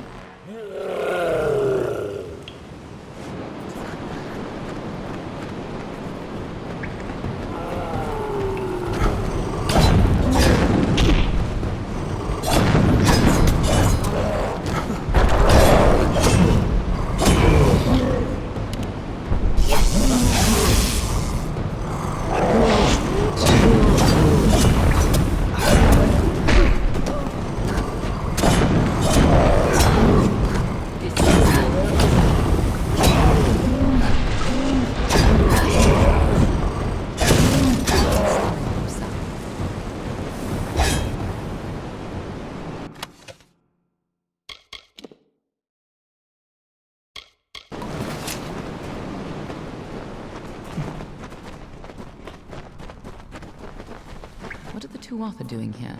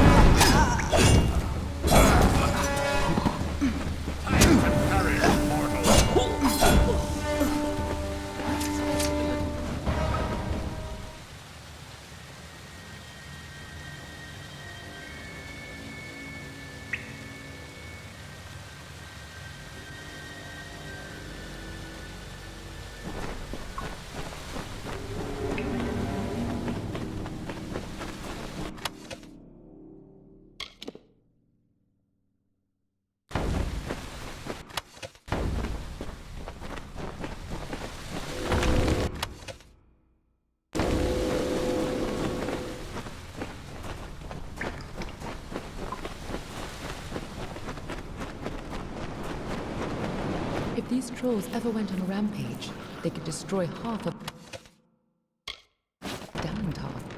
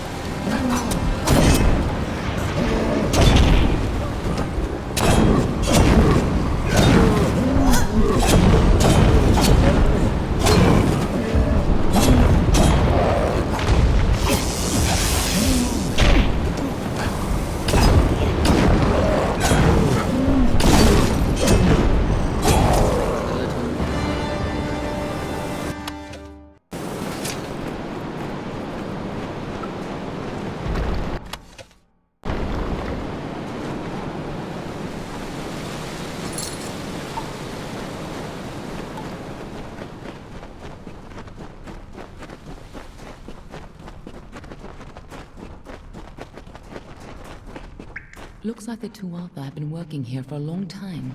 If they've come this far inland, we're all in grave danger.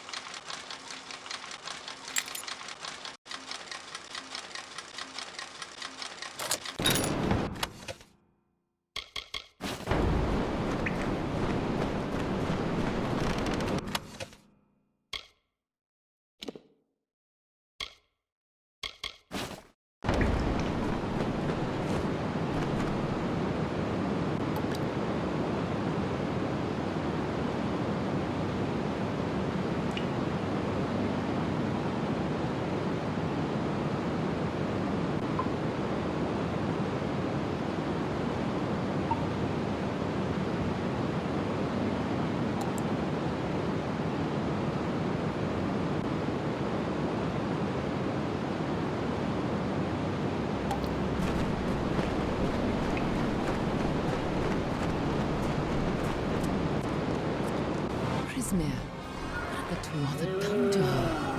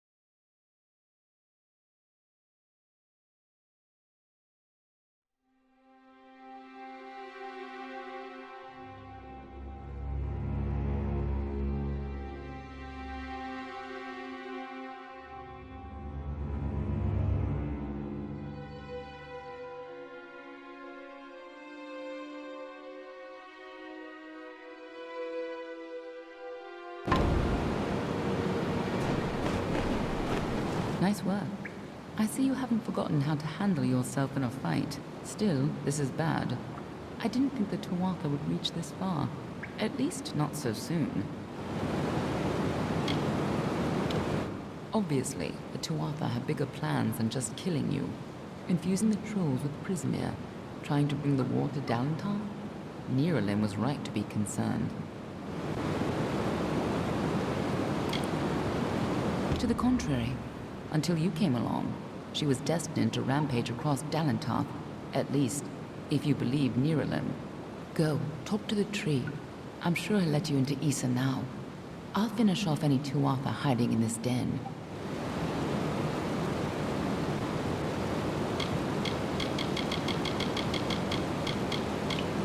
You can tell the old mossy log yourself. I'll be tracking down any other Tuatha that may have come this far west.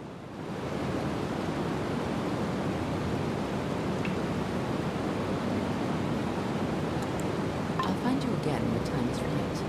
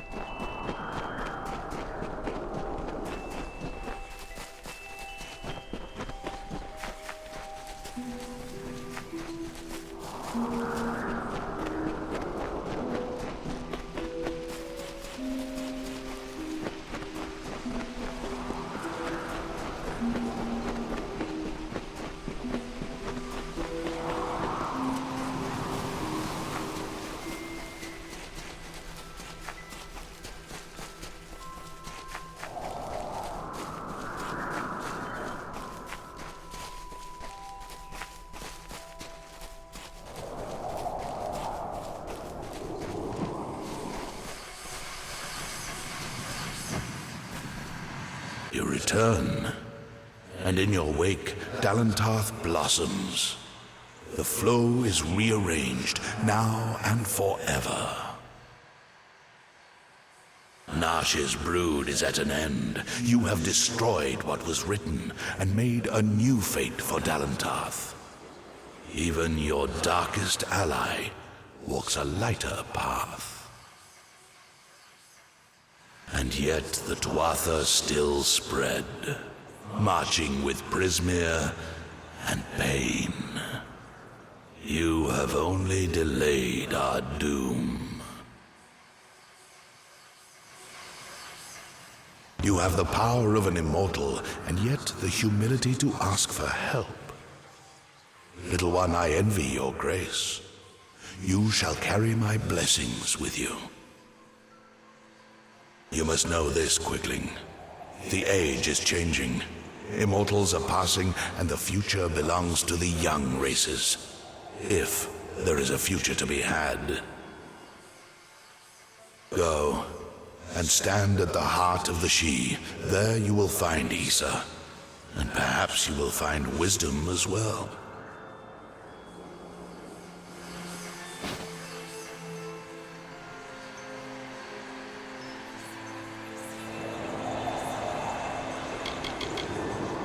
Nash and her brood would have spread across Dalentarth and brought the taint of Prismeer with them. So it forever was to be, until you set about to stop it.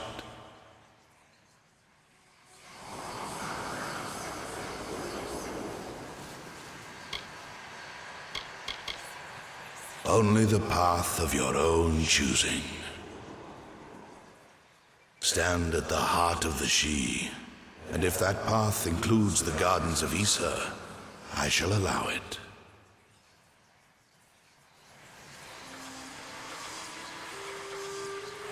May your path be long and evergreen.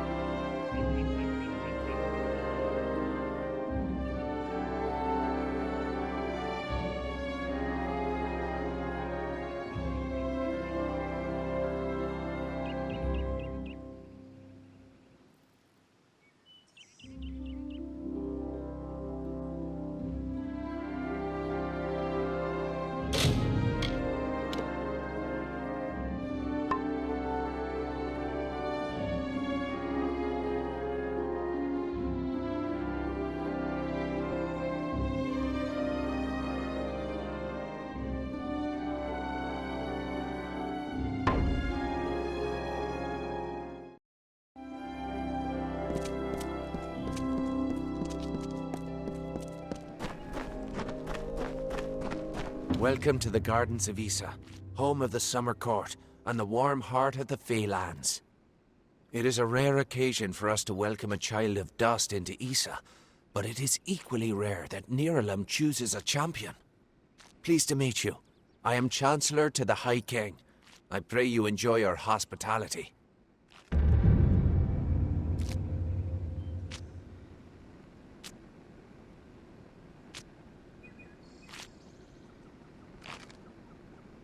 High King Titarian is Lord of the Summerfey, the font of all our wisdom, and first amongst the immortals.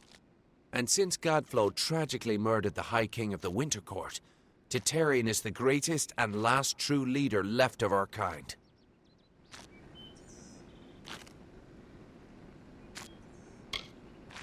The sapling of the World Tree bears centuries of great wisdom. Of course, long-lived as Nirlam is, it is still regrettably mortal. Even all greatest mortal wisdom cannot compare to the perspective given by true agelessness. Begging your pardon, of course.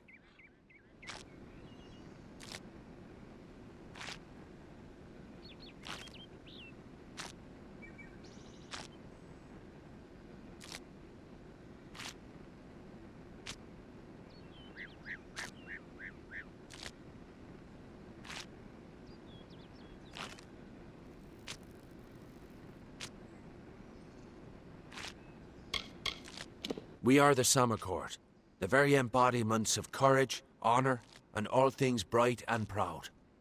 Some envious few in the Winter Court would call us arrogant and self-righteous, as well as all manner of other epithets. But remember, we are the ones who stayed true to tradition, while they turned to barbarism. The Tuatha find new recruits from our ranks.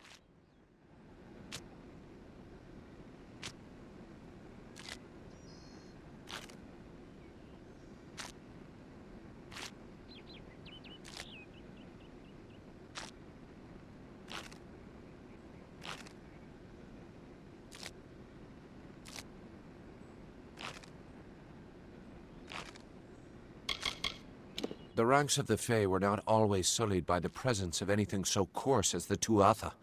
Once, the Summer and Winter Courts existed in harmony. But Godflow perverted the Winter Court with talk of his new god, and from that poison, the Tuatha arose. Too many mortals misunderstand the Winter Court. Our cold cousins are not evil, but merely evoke the darker truths of nature, from subtlety to decay. Perhaps it makes sense that children of dust are put off by those who embody their inevitable death, but it is regrettable that so many are misunderstood. Truly a place of wonder, as it has always been and always shall be. Here springs the life well of Dalentarth, and the greater Feylands in all directions. It is a pity that some of our kind have fallen to such degenerative states, but we cannot shed a tear for their weakness.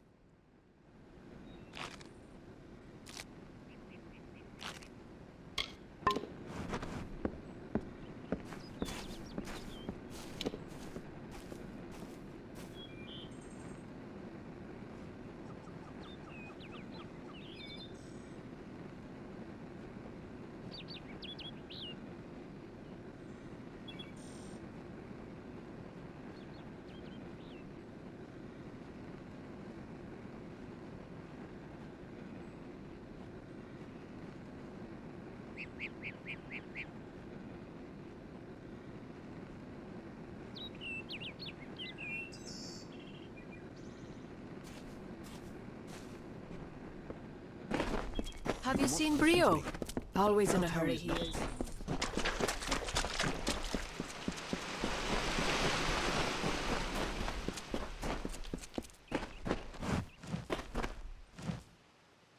Greetings. What have I done now? Someone in Issa is always looking to send me away. But I won't go. No.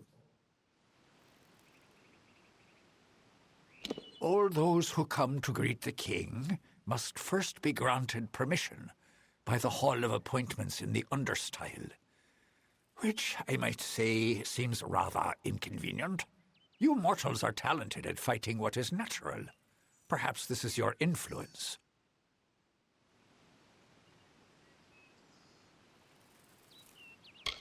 I have heard he is a noble spirit, a beacon of wisdom and calm in this changing world. I will never know for certain if this is true, unless I look upon him directly.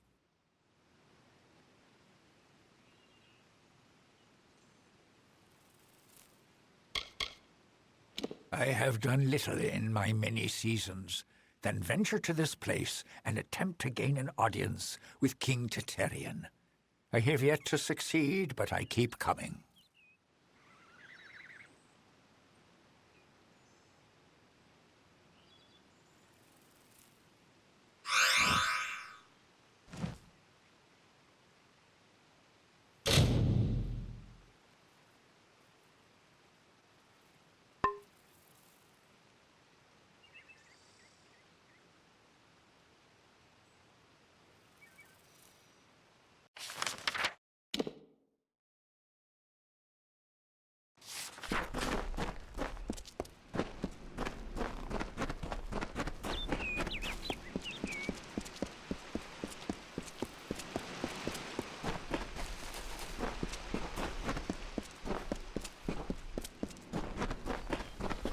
Yes?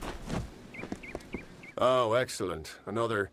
Oh, a mortal. I don't think I could... Well, perhaps I might. Yes, of course. Why not?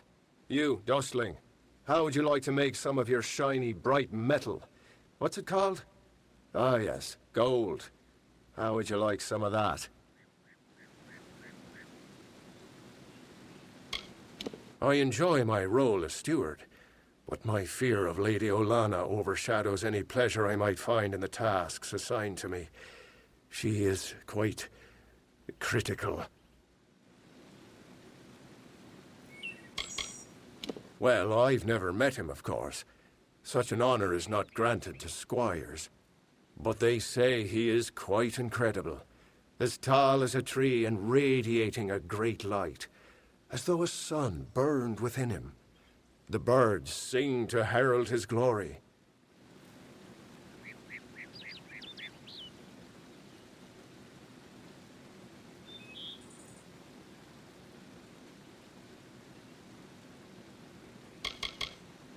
She is well suited to her role as the Lady of Receivership, as she enjoys judging the worth of others. She has assessed me as well, and I have been found lacking.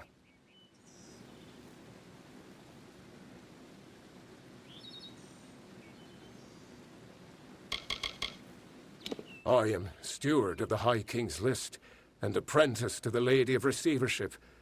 Olana will be so displeased once she finds out I failed her so.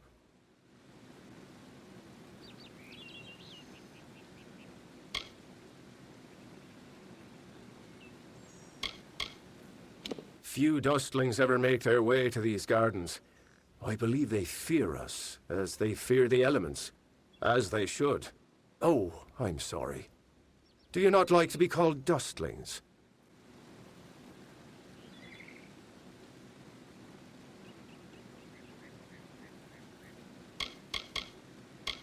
My role is with the Hall of Appointments, to prepare visiting ambassadors and dignitaries to meet with the Court of Summer.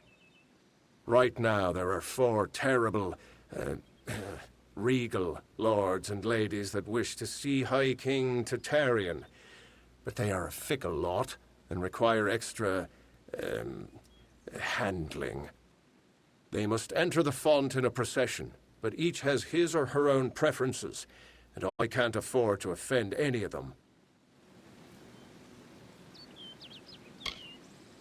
Wonderful. That's one less aggravation that demands my concern. Thank you, mortal. The dignitaries have been seen about the gardens, enjoying its many splendors. I will remain here and await your advice.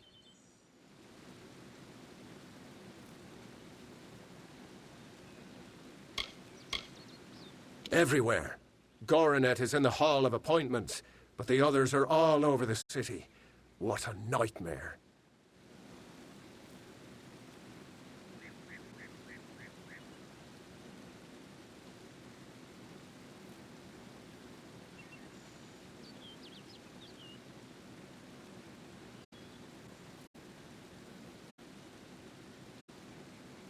Goodbye. We ask that you do not disturb our reverie.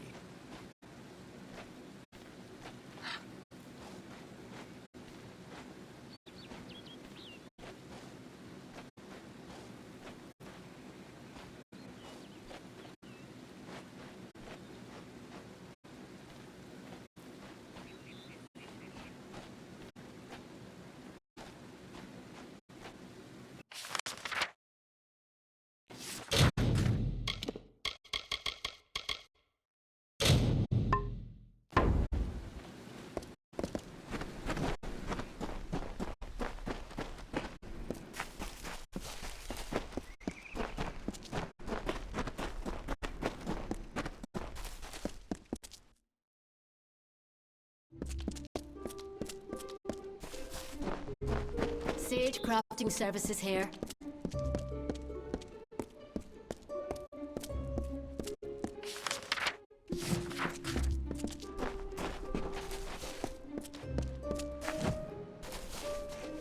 Another steward?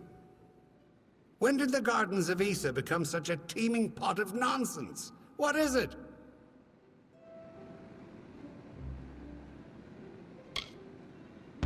Me? Well, my seniority dictates that I should be leading this procession, but my lame leg prevents me from taking my rightful place. I should bring up the rear. I will make it to Tartarean's throne, even if I have to crawl. Great Huntress Heartwen should go first, leading us all. She's particularly like that. I would hate to anger her.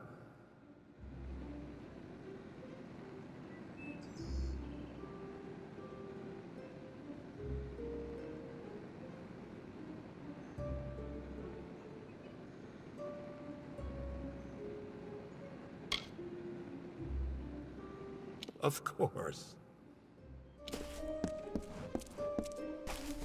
It is a glorious day.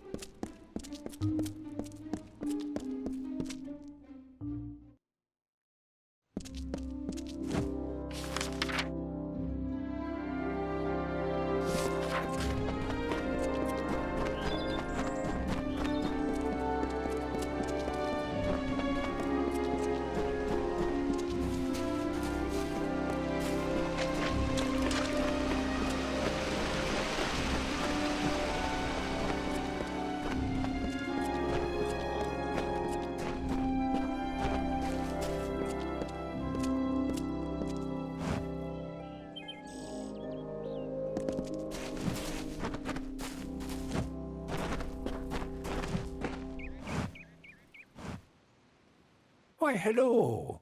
I am Viscount Setter, the All-Seer. Are you from the Hall of Appointments?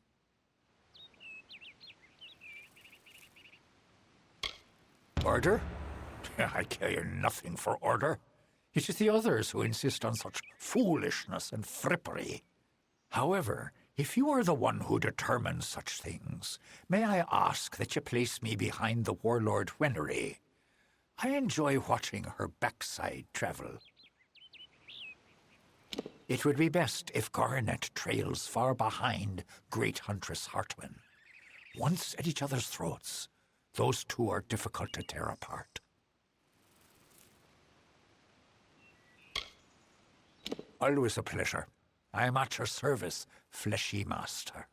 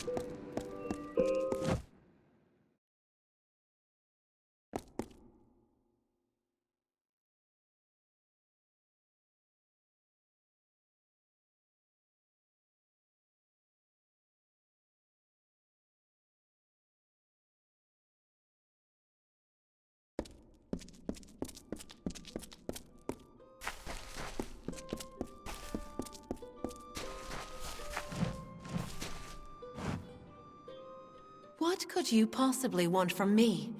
I am Warlord Wenery, Lady of the Red Sands. I am not to be disturbed.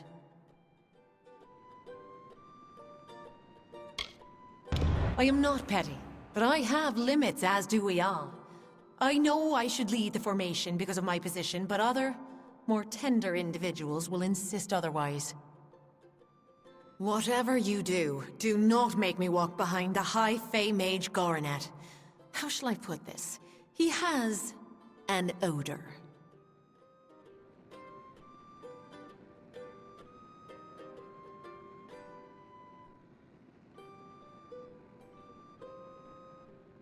If you value this position, you will make sure Lord Setter is not behind Huntress Hardwin. She finds him despicable, as do I.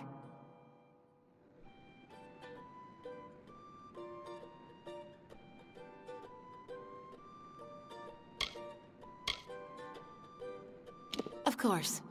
But see that it doesn't happen again.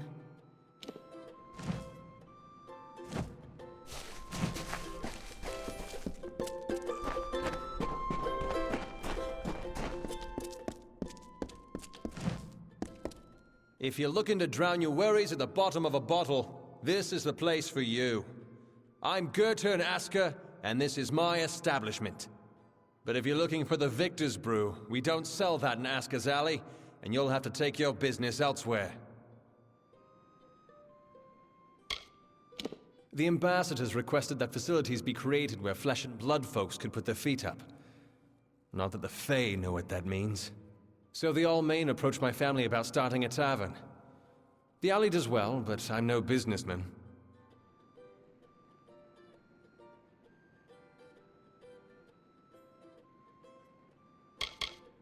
I know better than to criticize the Fae. They call us children of dust. We treat them like people, but they're like no people I've ever met. This city has been here for thousands of years. Longer than that, even. It will be here long after we're gone.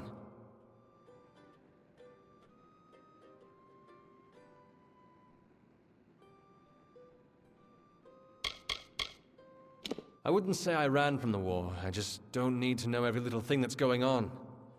There are other ways to help. Getting folks drunk is one of them.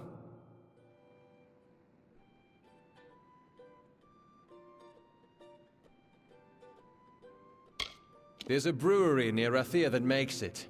Very small, very secretive. But they've found their niche, that's for certain. Cheap and powerful. It's not a drink for the man who appreciates craftsmanship, tradition. It just helps the soldiers forget all they've been through.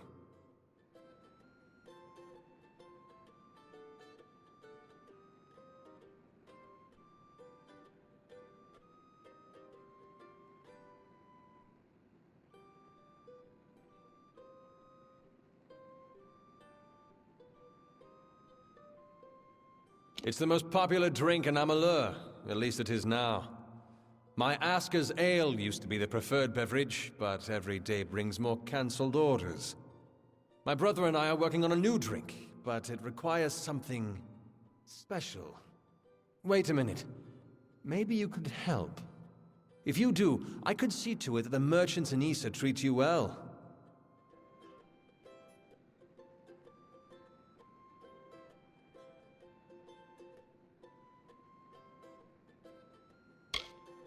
So here's what we're thinking.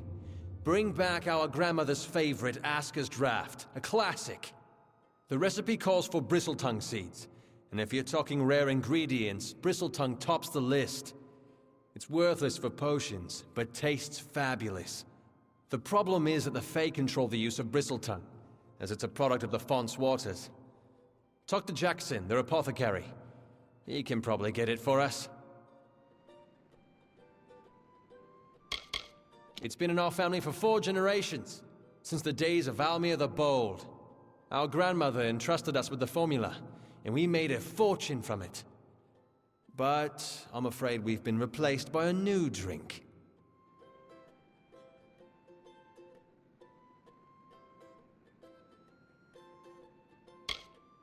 King Almir, Almir the Bold, the founder of our people's nation? I'm sure you've heard of him before. We're named after him.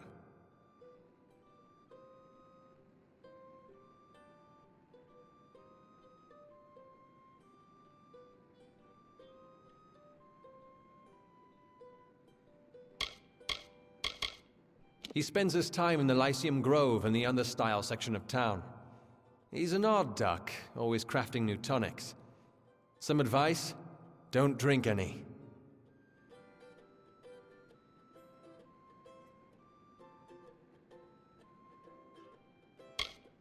See you soon.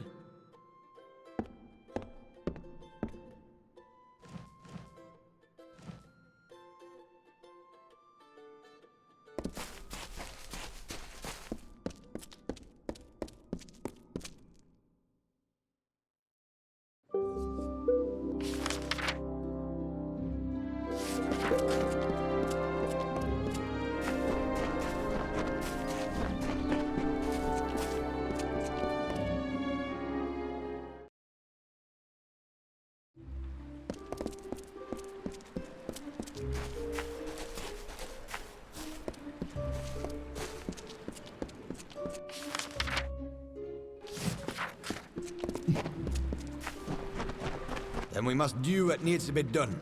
Perhaps we must finally swallow our dignity and draw our swords. Quiet. We must not discuss this further in the open. You must be the special messenger Tatarian's expecting. Trust me, the rest of us have heard plenty about it. Erwin can't keep his big mouth shut. I am Methani Keen, Dokalfar ambassador to the Summer Court Fae. I'm sorry. This is a difficult position sometimes. They are a council of Fae nobles that advise the High King in matters of politics. Not that they even understand what that means. To them, politics is just a game. Well, more of a game than usual. You understand my meaning. This is where the Fae hide us to keep us out of sight. I used to take offense, but I got over it. I wouldn't want to live near them. Strange things, the Fae.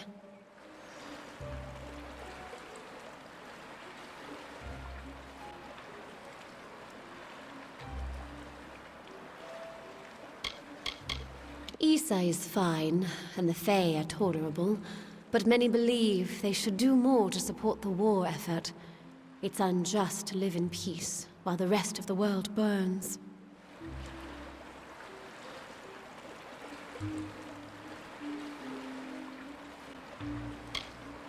I've met with him several times. I'll admit, he radiates a certain presence, but I'm less interested in charisma than I am in leadership.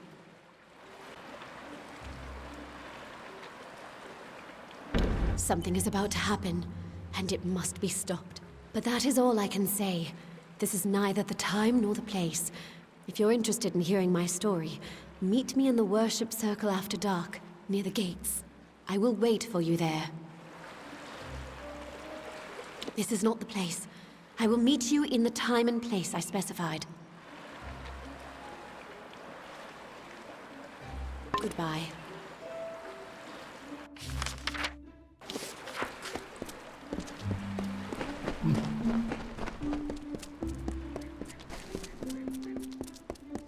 I have titles, but for a price. Aren't you bold? This is the Varani wing of the embassy, and few venture here without being summoned. I'm Ambassador Advar, he who bloodies the waters.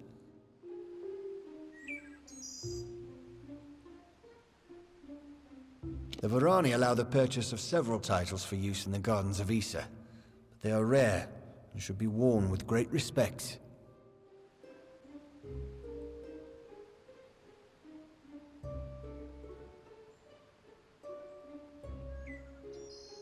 This title carries with it much history and much responsibility.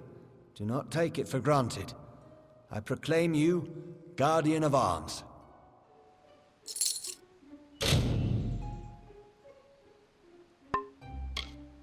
I have served my people for 40 years, in war and in peace. Now I serve here, in the Gardens. It is here where the important battles are fought. The Battle of Whirls.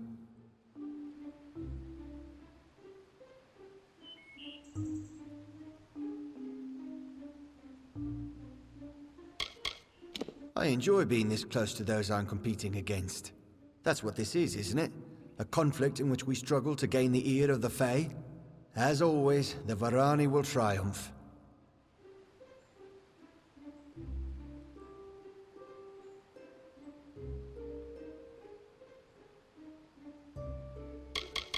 I have lived in less hospitable places. The Fae may not understand what it means to be mortal, but they certainly have an eye for beauty.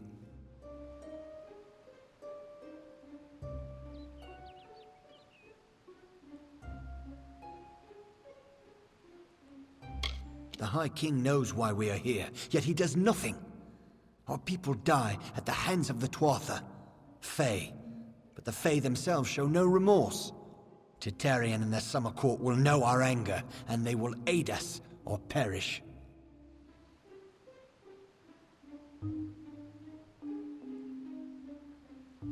Leave me to my business.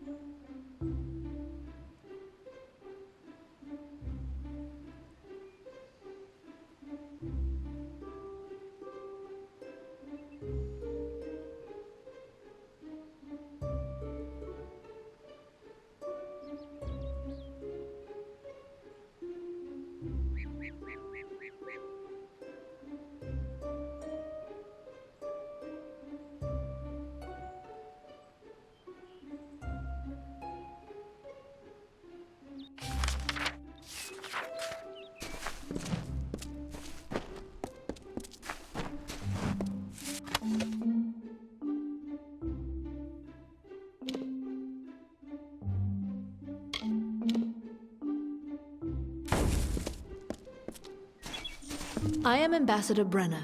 If you wish to deal with the Varani, I am your contact. This is not a life I chose, here in this fetid swamp of a city. I was raised on the sea, an adventurer and warrior. I survived, and that made me what you see before you. They don't deserve the breath I waste on them. There are powerful warriors in their ranks, but as a group they share no collective spine. They have no reason to fight. I do not enjoy this position, talking instead of fighting, sing them, but I have a job to do, and I will do it.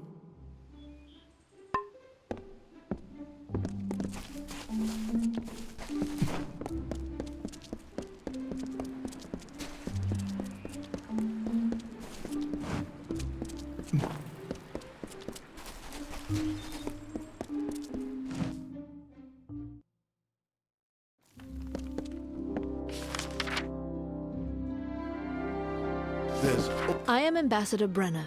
If you wish to deal with the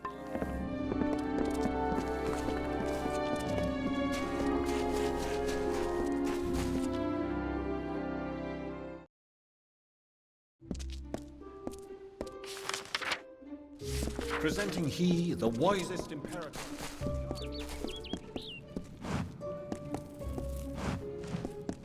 You've been watching me long enough. What is it? Did I wrong you in another life, brother?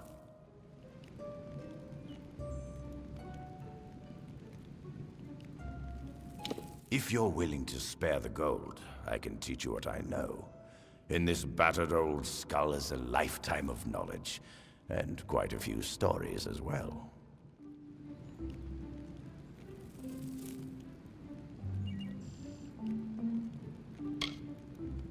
I have no interest in this war between mortals and the deathless. It is a waste of life, and I have my own private battles to finish.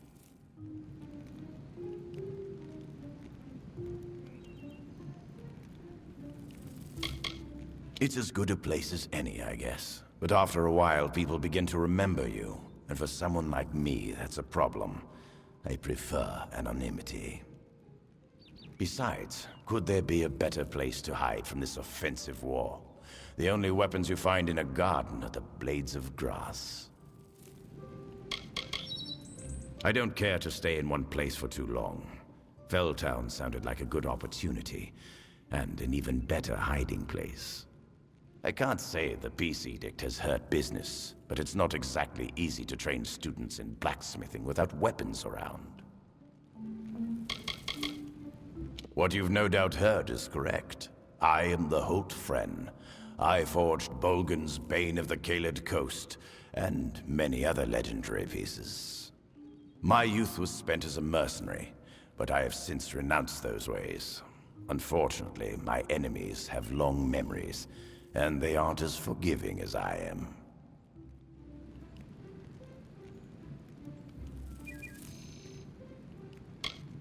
It is an ancient Alfar kingdom far across the sea in the dense swamps of Clurcon. I once helped its great lords overcome a terrible Bolgan problem.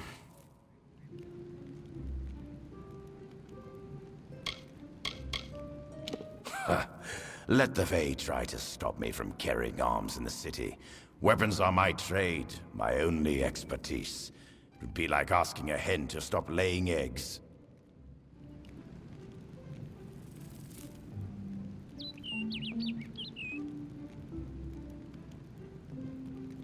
Goodbye.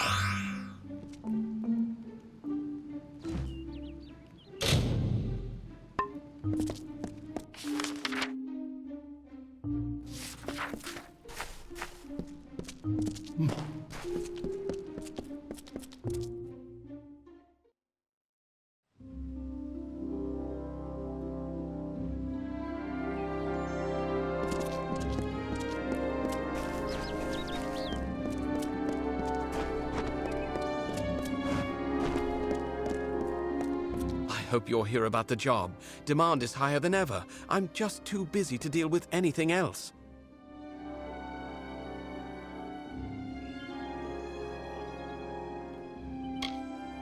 Sure. You want to know about me? It's understandable. You want to know who you're going into business with. A wise move. Very wise. My mother was a merchant in Rathir, and I learned the trade at her side. I took the apprenticeship with Gwenna Hand mostly to get me into Issa. Now I'm on my own. What do I know of Fae politics? I didn't even know they had a city until Gwen and I were allowed in. All I know is that there's opportunity here, thanks to the war.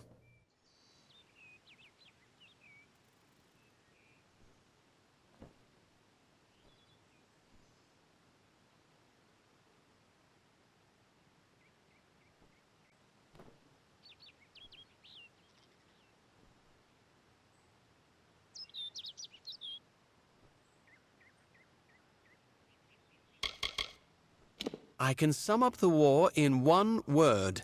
Folly. It is folly. You will see. Everyone will see. You think I like being confined to this cage? Think again. And after all we've done for them in this war, ungrateful creatures.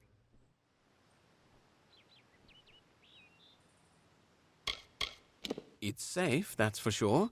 At least for the time being. I don't quite understand the Fae, but they definitely know how to keep a city quiet.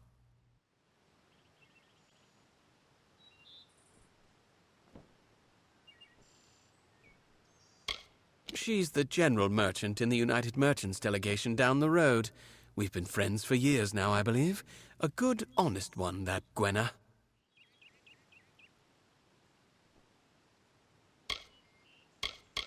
Not just anyone can enter the secret city of the Fae. Oh no.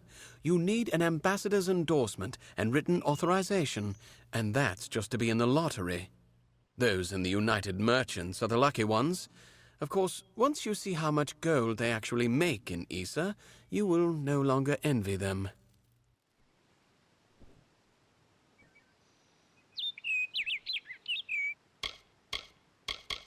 Making a fortune is what? These visitors come with obscene amounts of gold or treasure. They don't mind parting with it. My plan was brilliant. I created a blade, Fae blade, of course, that makes them authentic, something all of them had to have. That's all they care about anyway, Fae souvenirs. I called it the Honor brand. Truth be told, it's dull as a stick, but it's easy to make. Listen, if you can find the parts and make them, I'll pay good money.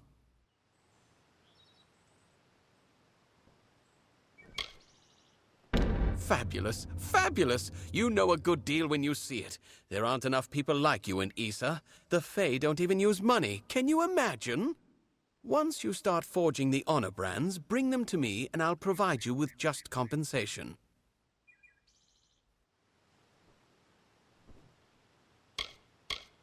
There should be plenty of parts around the city.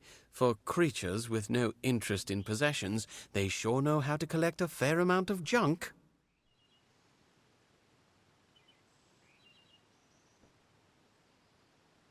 Goodbye.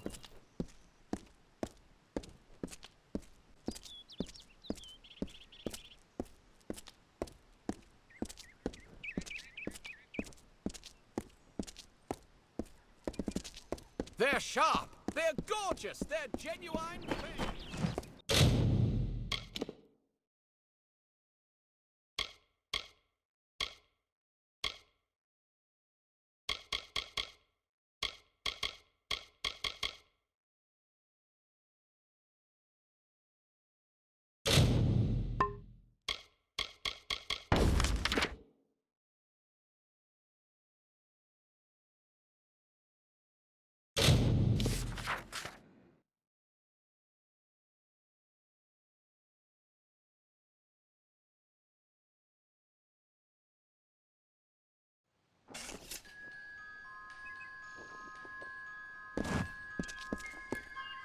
Sure, I'm proud. Aren't I war-sworn?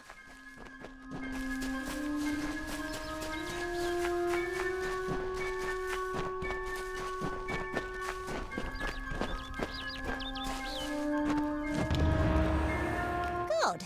The troll that stole the ring in the ballad is named Lekka the Corpulent. I guess he had a bit of a appetite. You need to mount the trophies just like the champion in the ballad. When all are displayed, Lekka should come. Once he's there, it should be easy business claiming the ring. I mean, you've killed a troll before, right?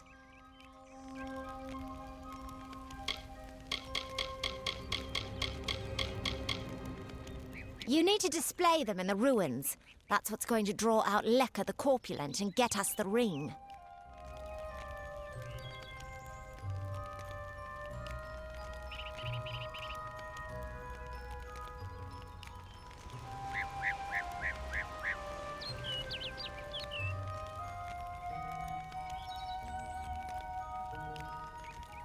Farewell.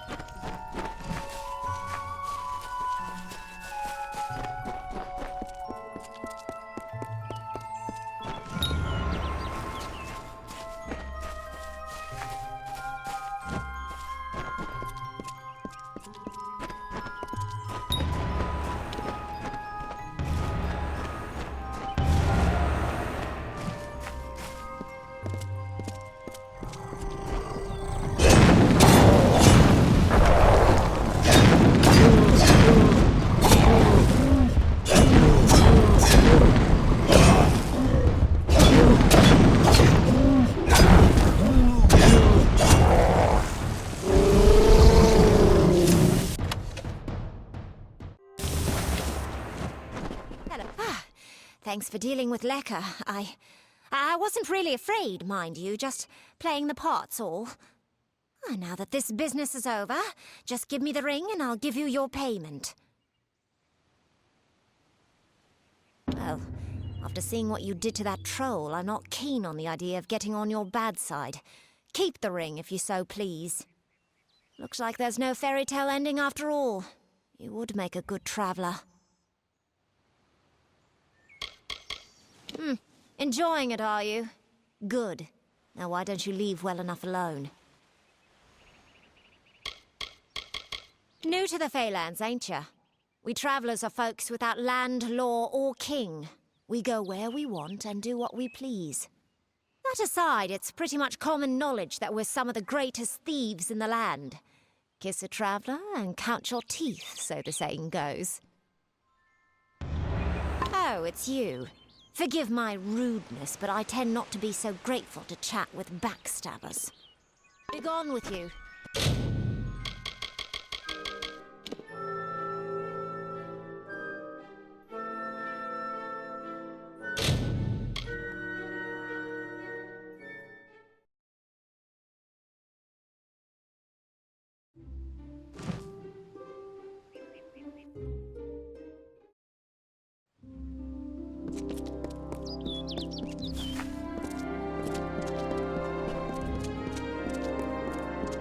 hope you're here about the job.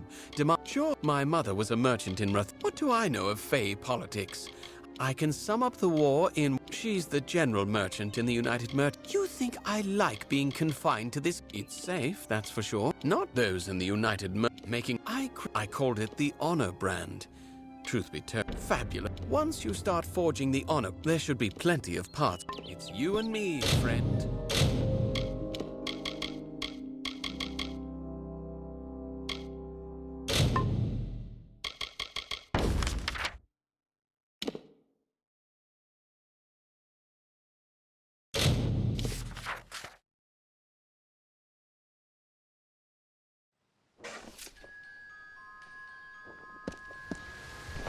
Sure, I'm proud. Aren't I war-sworn?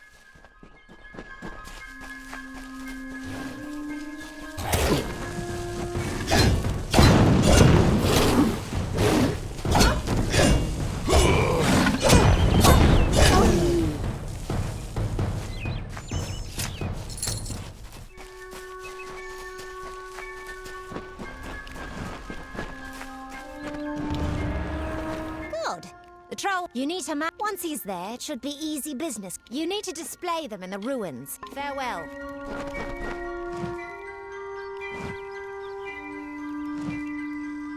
You must mount those heads if we are to... Farewell.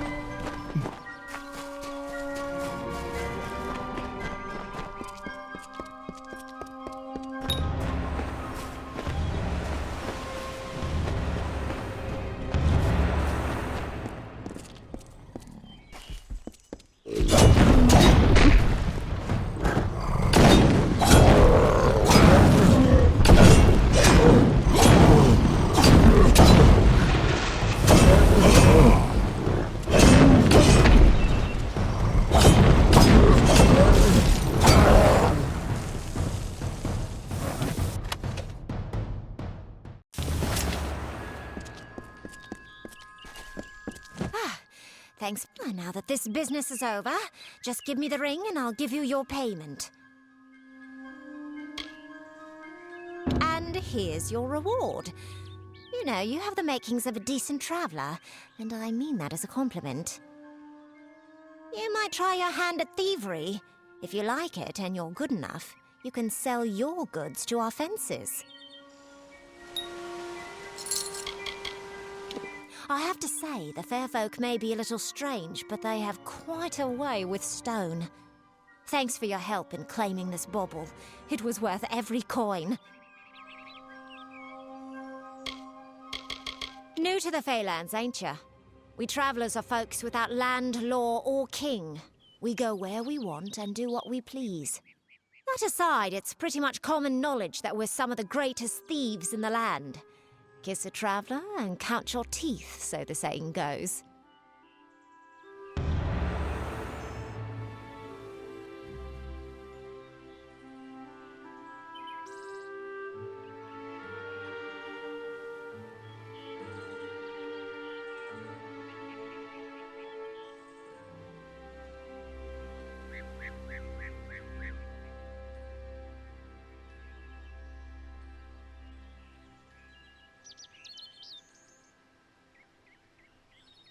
Well, if it isn't my champion come to see the fair maiden again.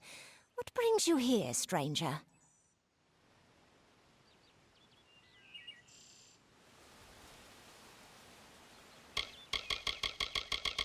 Pleasant travels.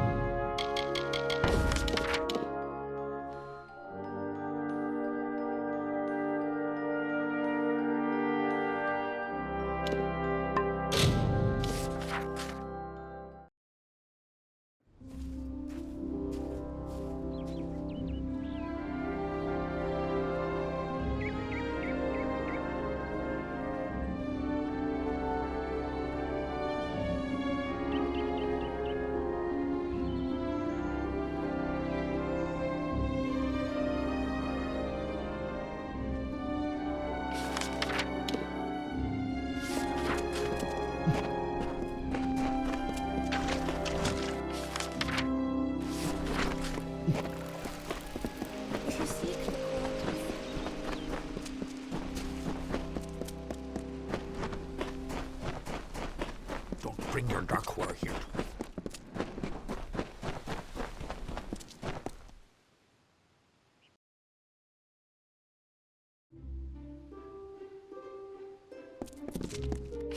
Presenting he, the welcome to the Lyceum Grove.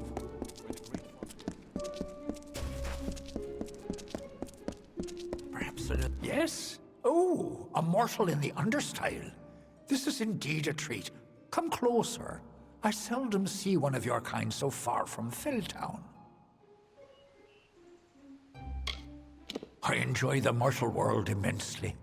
It adds such texture and color to our experience. Now and then you might find me in your dustling district, taking in the bustle.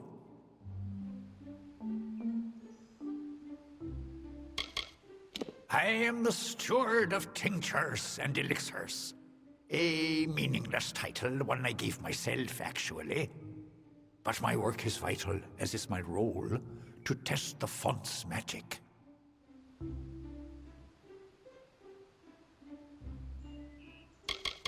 This is where we watch over the font, the source of magic in the gardens of Isa. It is a fountainhead that is nourished for as long as this world has been. The font's flow can be measured, directed, and even regulated, depending on the needs of our people. Font Master Nomoran attends to these duties. He has the role of monitoring the font's flow throughout the city and the Feylands. His telling is not to be envied, as it is one of our most important.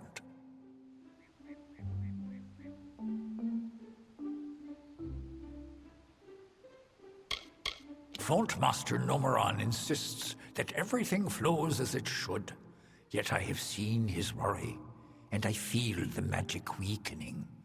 Strange forces are at work.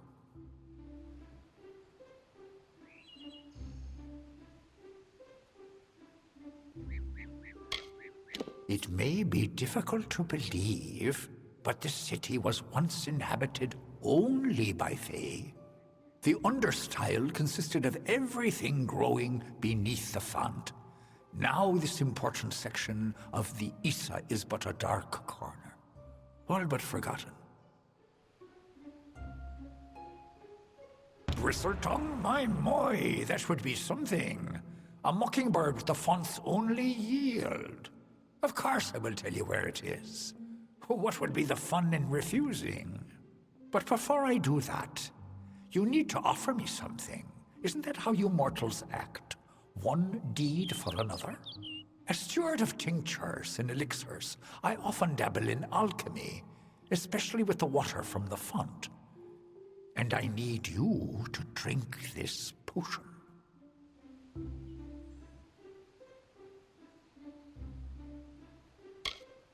Good. I will know what this does to the mortal constitution. Go on, big gulps now. None of that sipping. Farewell, mortal.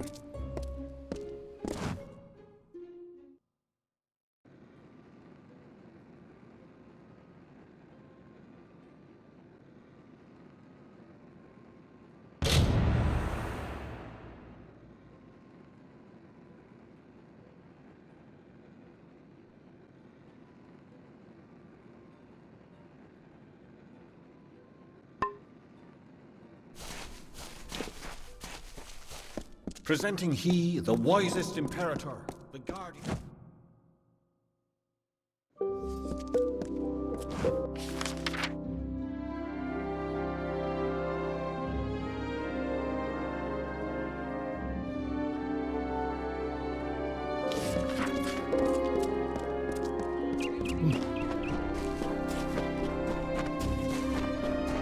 May Lyria touch.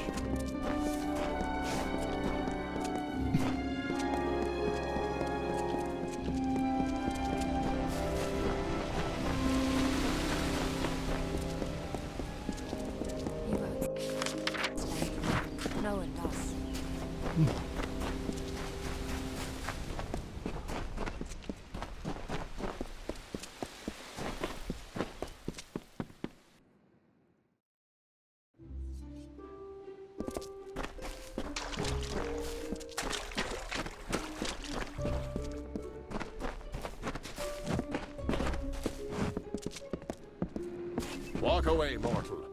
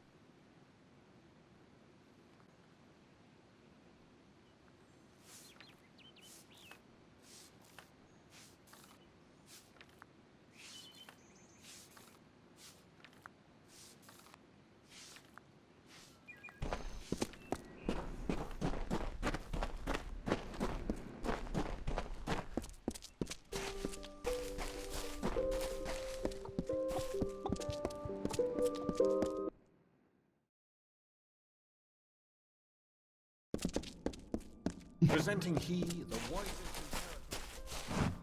wisest. You've got the seeds! Now we'll see if the Victor's Brew can stand up to a new challenger. I'll have a batch of Asker's draft ready before the week is out. Take this, friend. And like I promised, the merchants here will give you a discount. You've got a home here in the alley for as long as you like.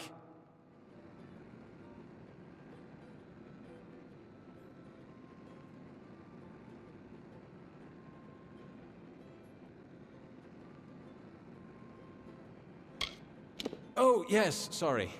The United Merchants Delegation. It's a coalition of traders that have been granted permission to sell their wares in Issa. See you soon.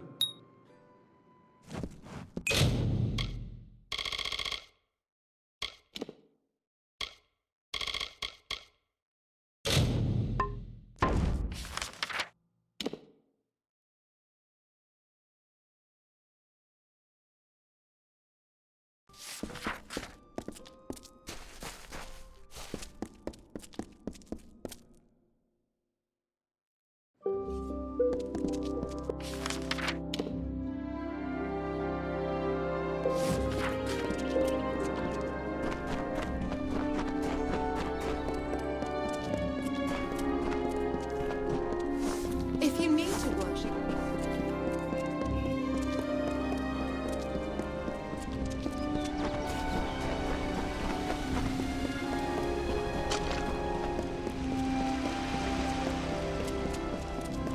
It is a glorious day. Good. You've come. I'm sorry to make you wait like this, but what I mean to discuss is very sensitive.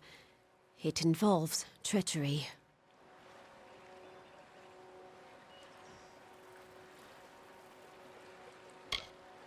She is no politician. She is a warlord, and a cruel one. I've heard stories that would make your heart brittle. She was sent here for one reason alone: to bring down Issa.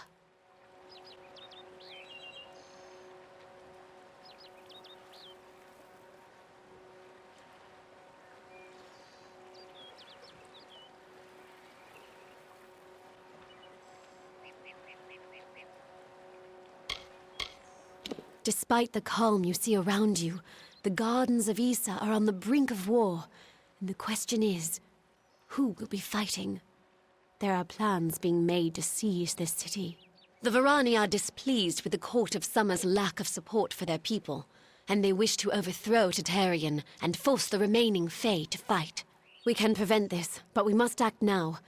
If gold is an issue, we Dakelfar can pay well.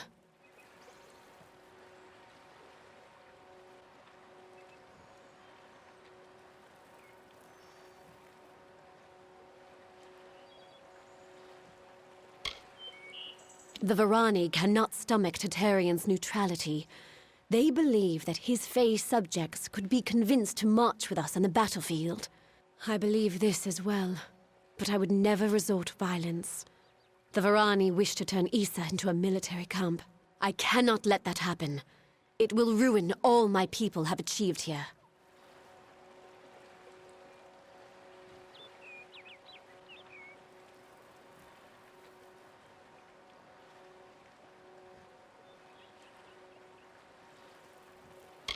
Of course, it is the right thing to do.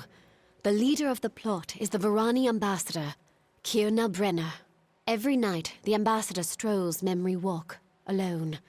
She carries a pair of daggers. Take them. Afterwards, dispose of them. Destroy them. Salvage them. I don't care. Return to me when it is done.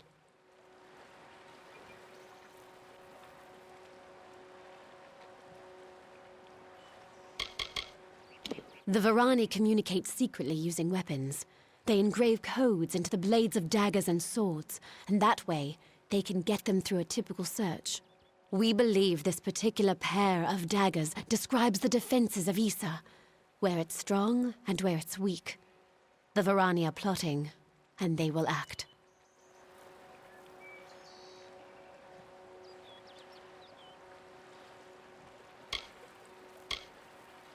She spends most of her time in the embassy, but in the evenings, she enjoys a leisurely stroll through Memory Walk.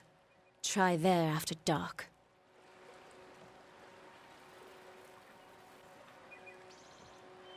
Goodbye.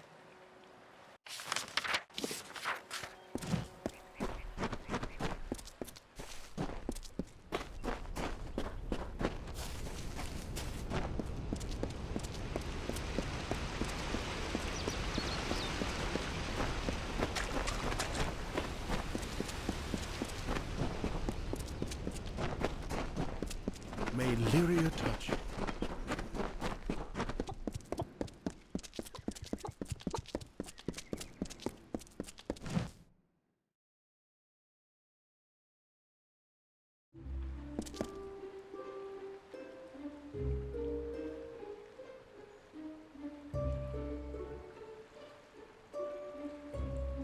Presenting he, the wisest imperator.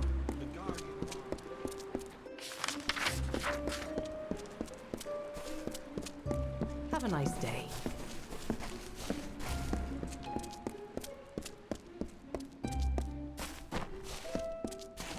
What do you want? Do you have business with the Varani in the Gardens of Issa? If so, then you must speak with me, Kierna Brenner. Cowardice drives her ambition, a fear of being discovered. All the Alfar lack confidence. We Varani make our own outcomes. We make the future.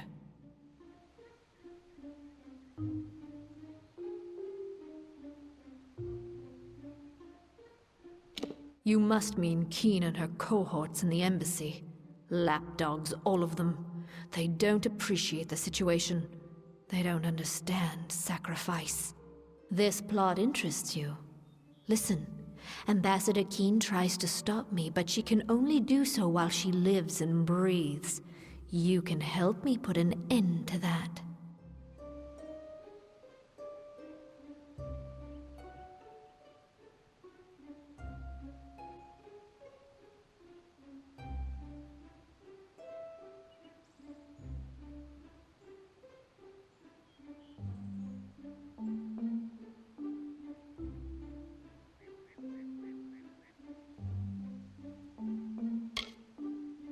Such is this game of diplomacy. All options are in play until an obvious choice presents itself. Force can be quite useful if you know how to clean up after yourself. Kill that scheming whore. When it's done, deliver these daggers for me. A courier awaits you in Aten village. to the east. This is what must be done. The Varani will not be threatened.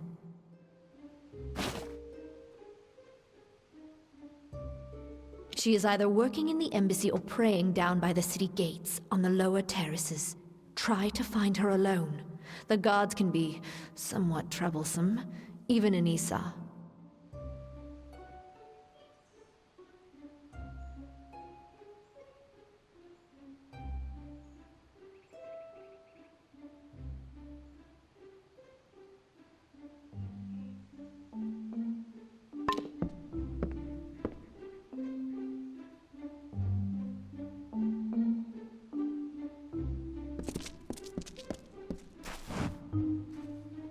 Are you here to purchase? Leave me to my business.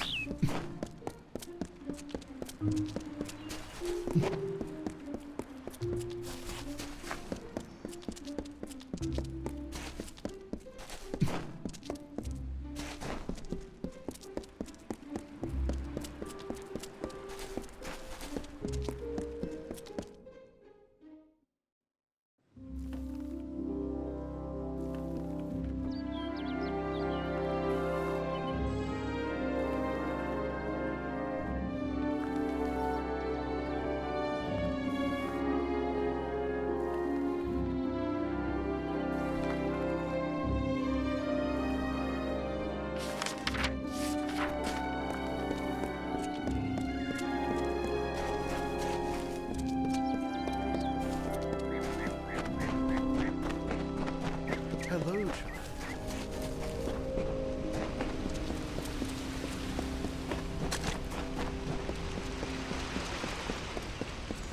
Greetings. Well, we must not be seen in fellowship. Our agreement must remain in the shadows, where it belongs. Goodbye.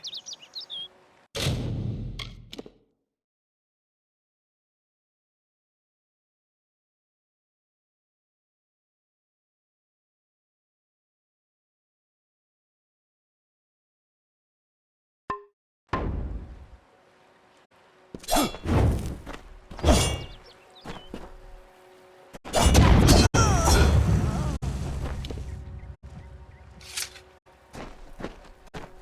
you surrender to the authorities' order and claim his mission? Mitharu is the branch and the root.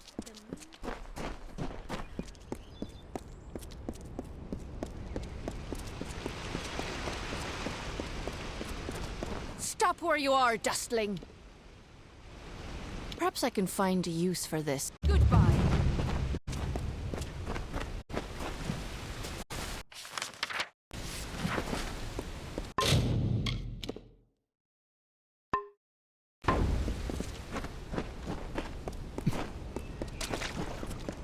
Ah.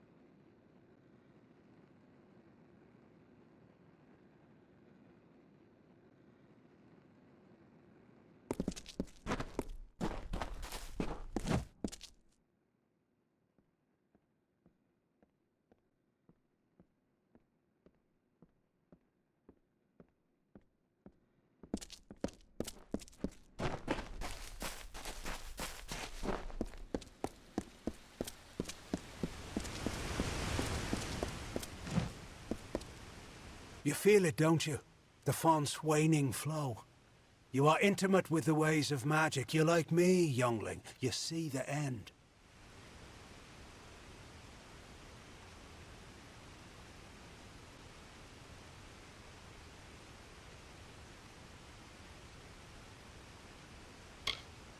As it is in every season, this family of Summer Fae has communed at the feet of its greatest leader, the High King Tatarian.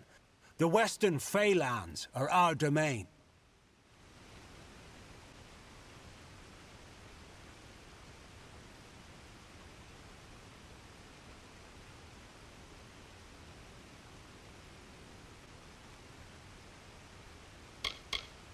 Every season, one is chosen to attend the font's magical flow, to act as ambassador. I'm the only Fae to have held the position more than once. I feel the strength of the currents. They wash through me. They rise up and overflow. However, their power weakens. Their cool waters recede.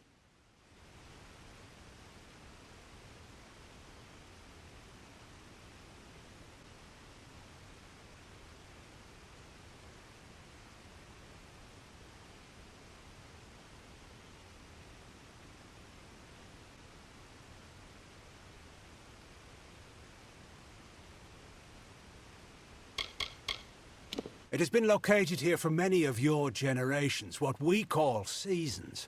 Only in recent times has it been shaped to resemble one of your mortal cities. The Summer Court resides on the highest terrace, far above the rest of us, as it should be.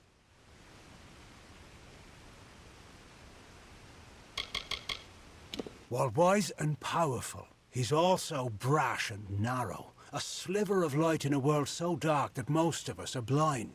His inaction is no match for mortal ambition.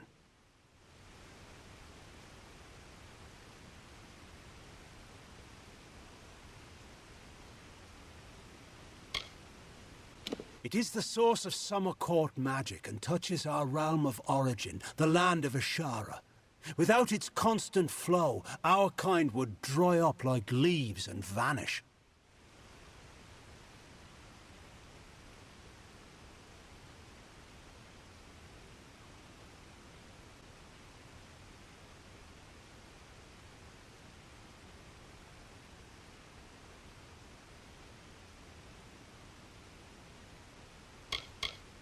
Most mortals know nothing of what lies beyond the veil.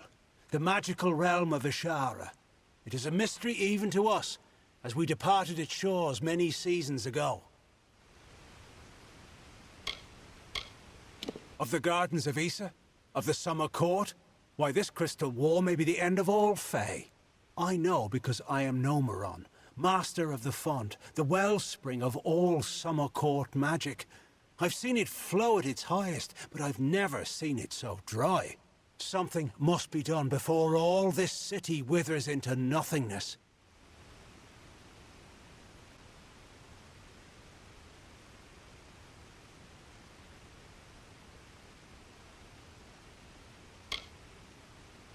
The font is the source of all Summer Court magic. It has flowed through this mountainside since our kind sprang up from the dirt.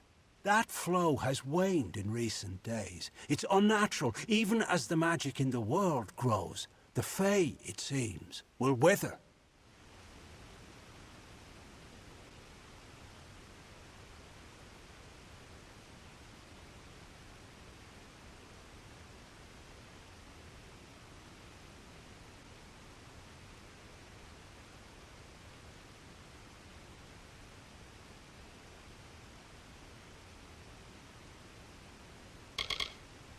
The font's flow is controlled from the Lyceum Grove down below. We must open the root system and allow more water through. However, the magic that regulates this flow can only be used by some. It's protected by a ward known as the Waterlock. It can only be opened by one who carries drops from each of the 5 sacred pools surrounding Issa. Collect these drops, and you can break the Waterlock.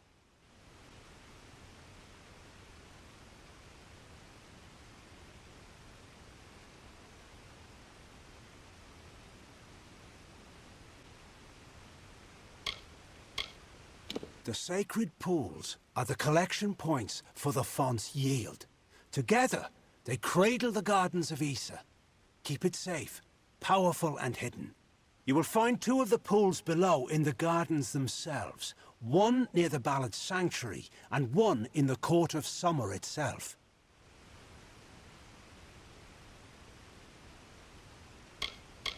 Collect water from each of the 5 sacred pools, and then go to the Lyceum Grove. This is where the roots can be opened to regulate the font's flow.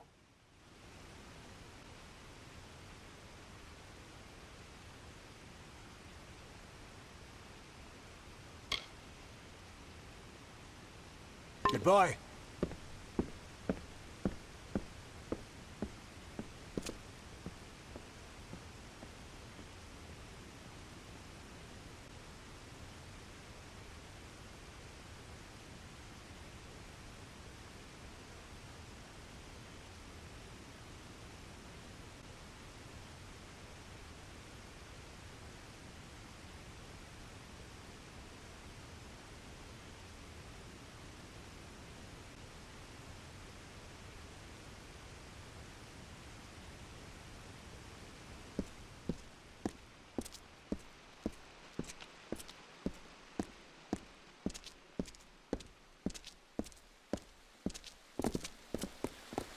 A mortal? Here?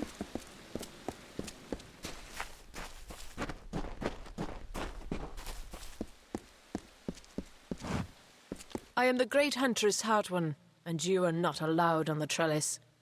What brings you here, beautiful?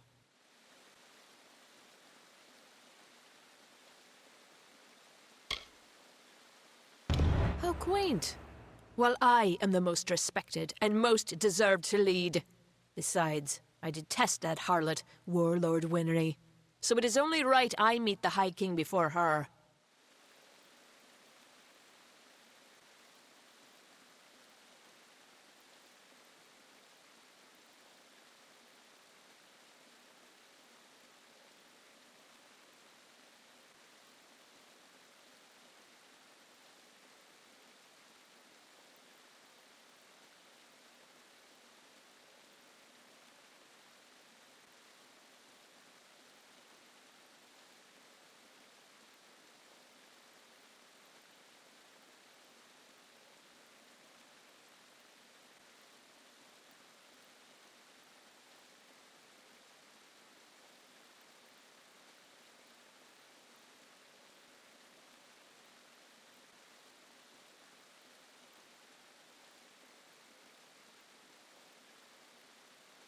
Every one of our kind has a gift, they say, a role in the telling. Mine is to seek harmony with nature by keeping the wild fae under control. I am the Reaper. Most of my seasons are spent in the shadows of the canopy, tracking my prey.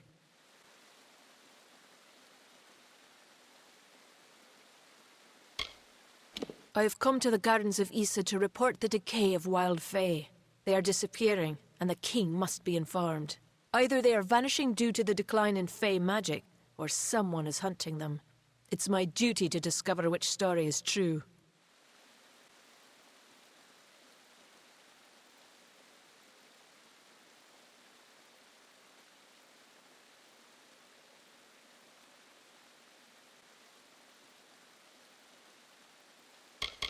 The trellis was created as common ground where the members of the great houses may meet to share knowledge and search for answers. However, it's not been the same since the House of Valor fell and the House of Seasons was deserted. And I always thought that nothing changes.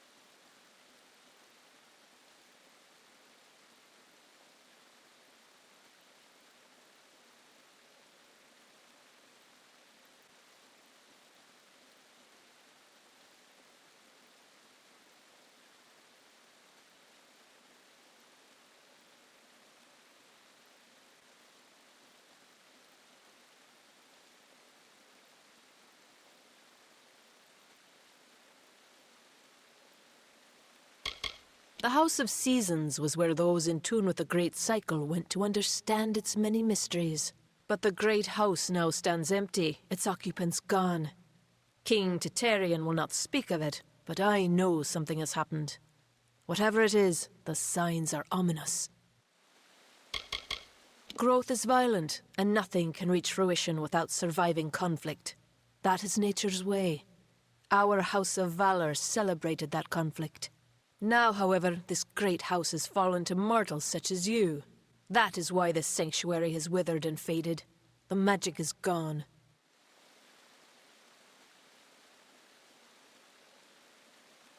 Goodbye.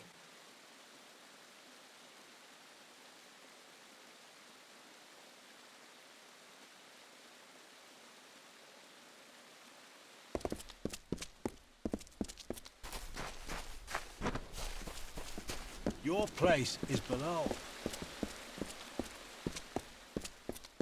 Yes.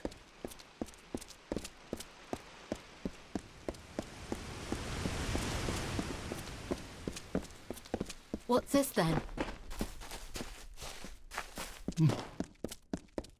Nice to see you.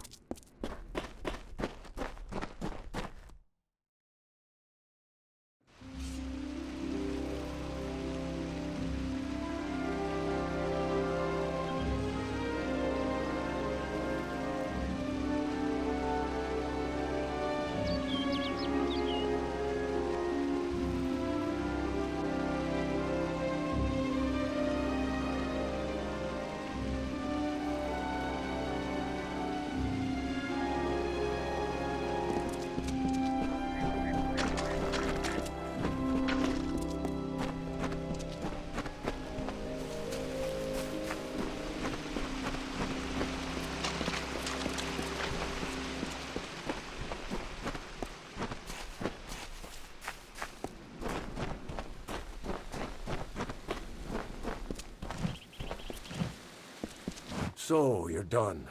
A right group of snakes, eh? So, any insight into how I should present them so as not to tug their writhing tails?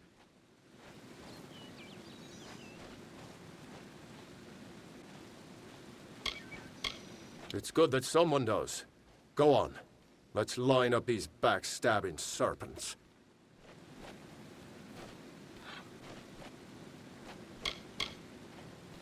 Yes, yes. Of course. And then? All right. Next.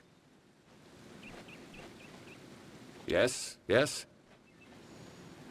Excellent. That's a perfect order for these fools.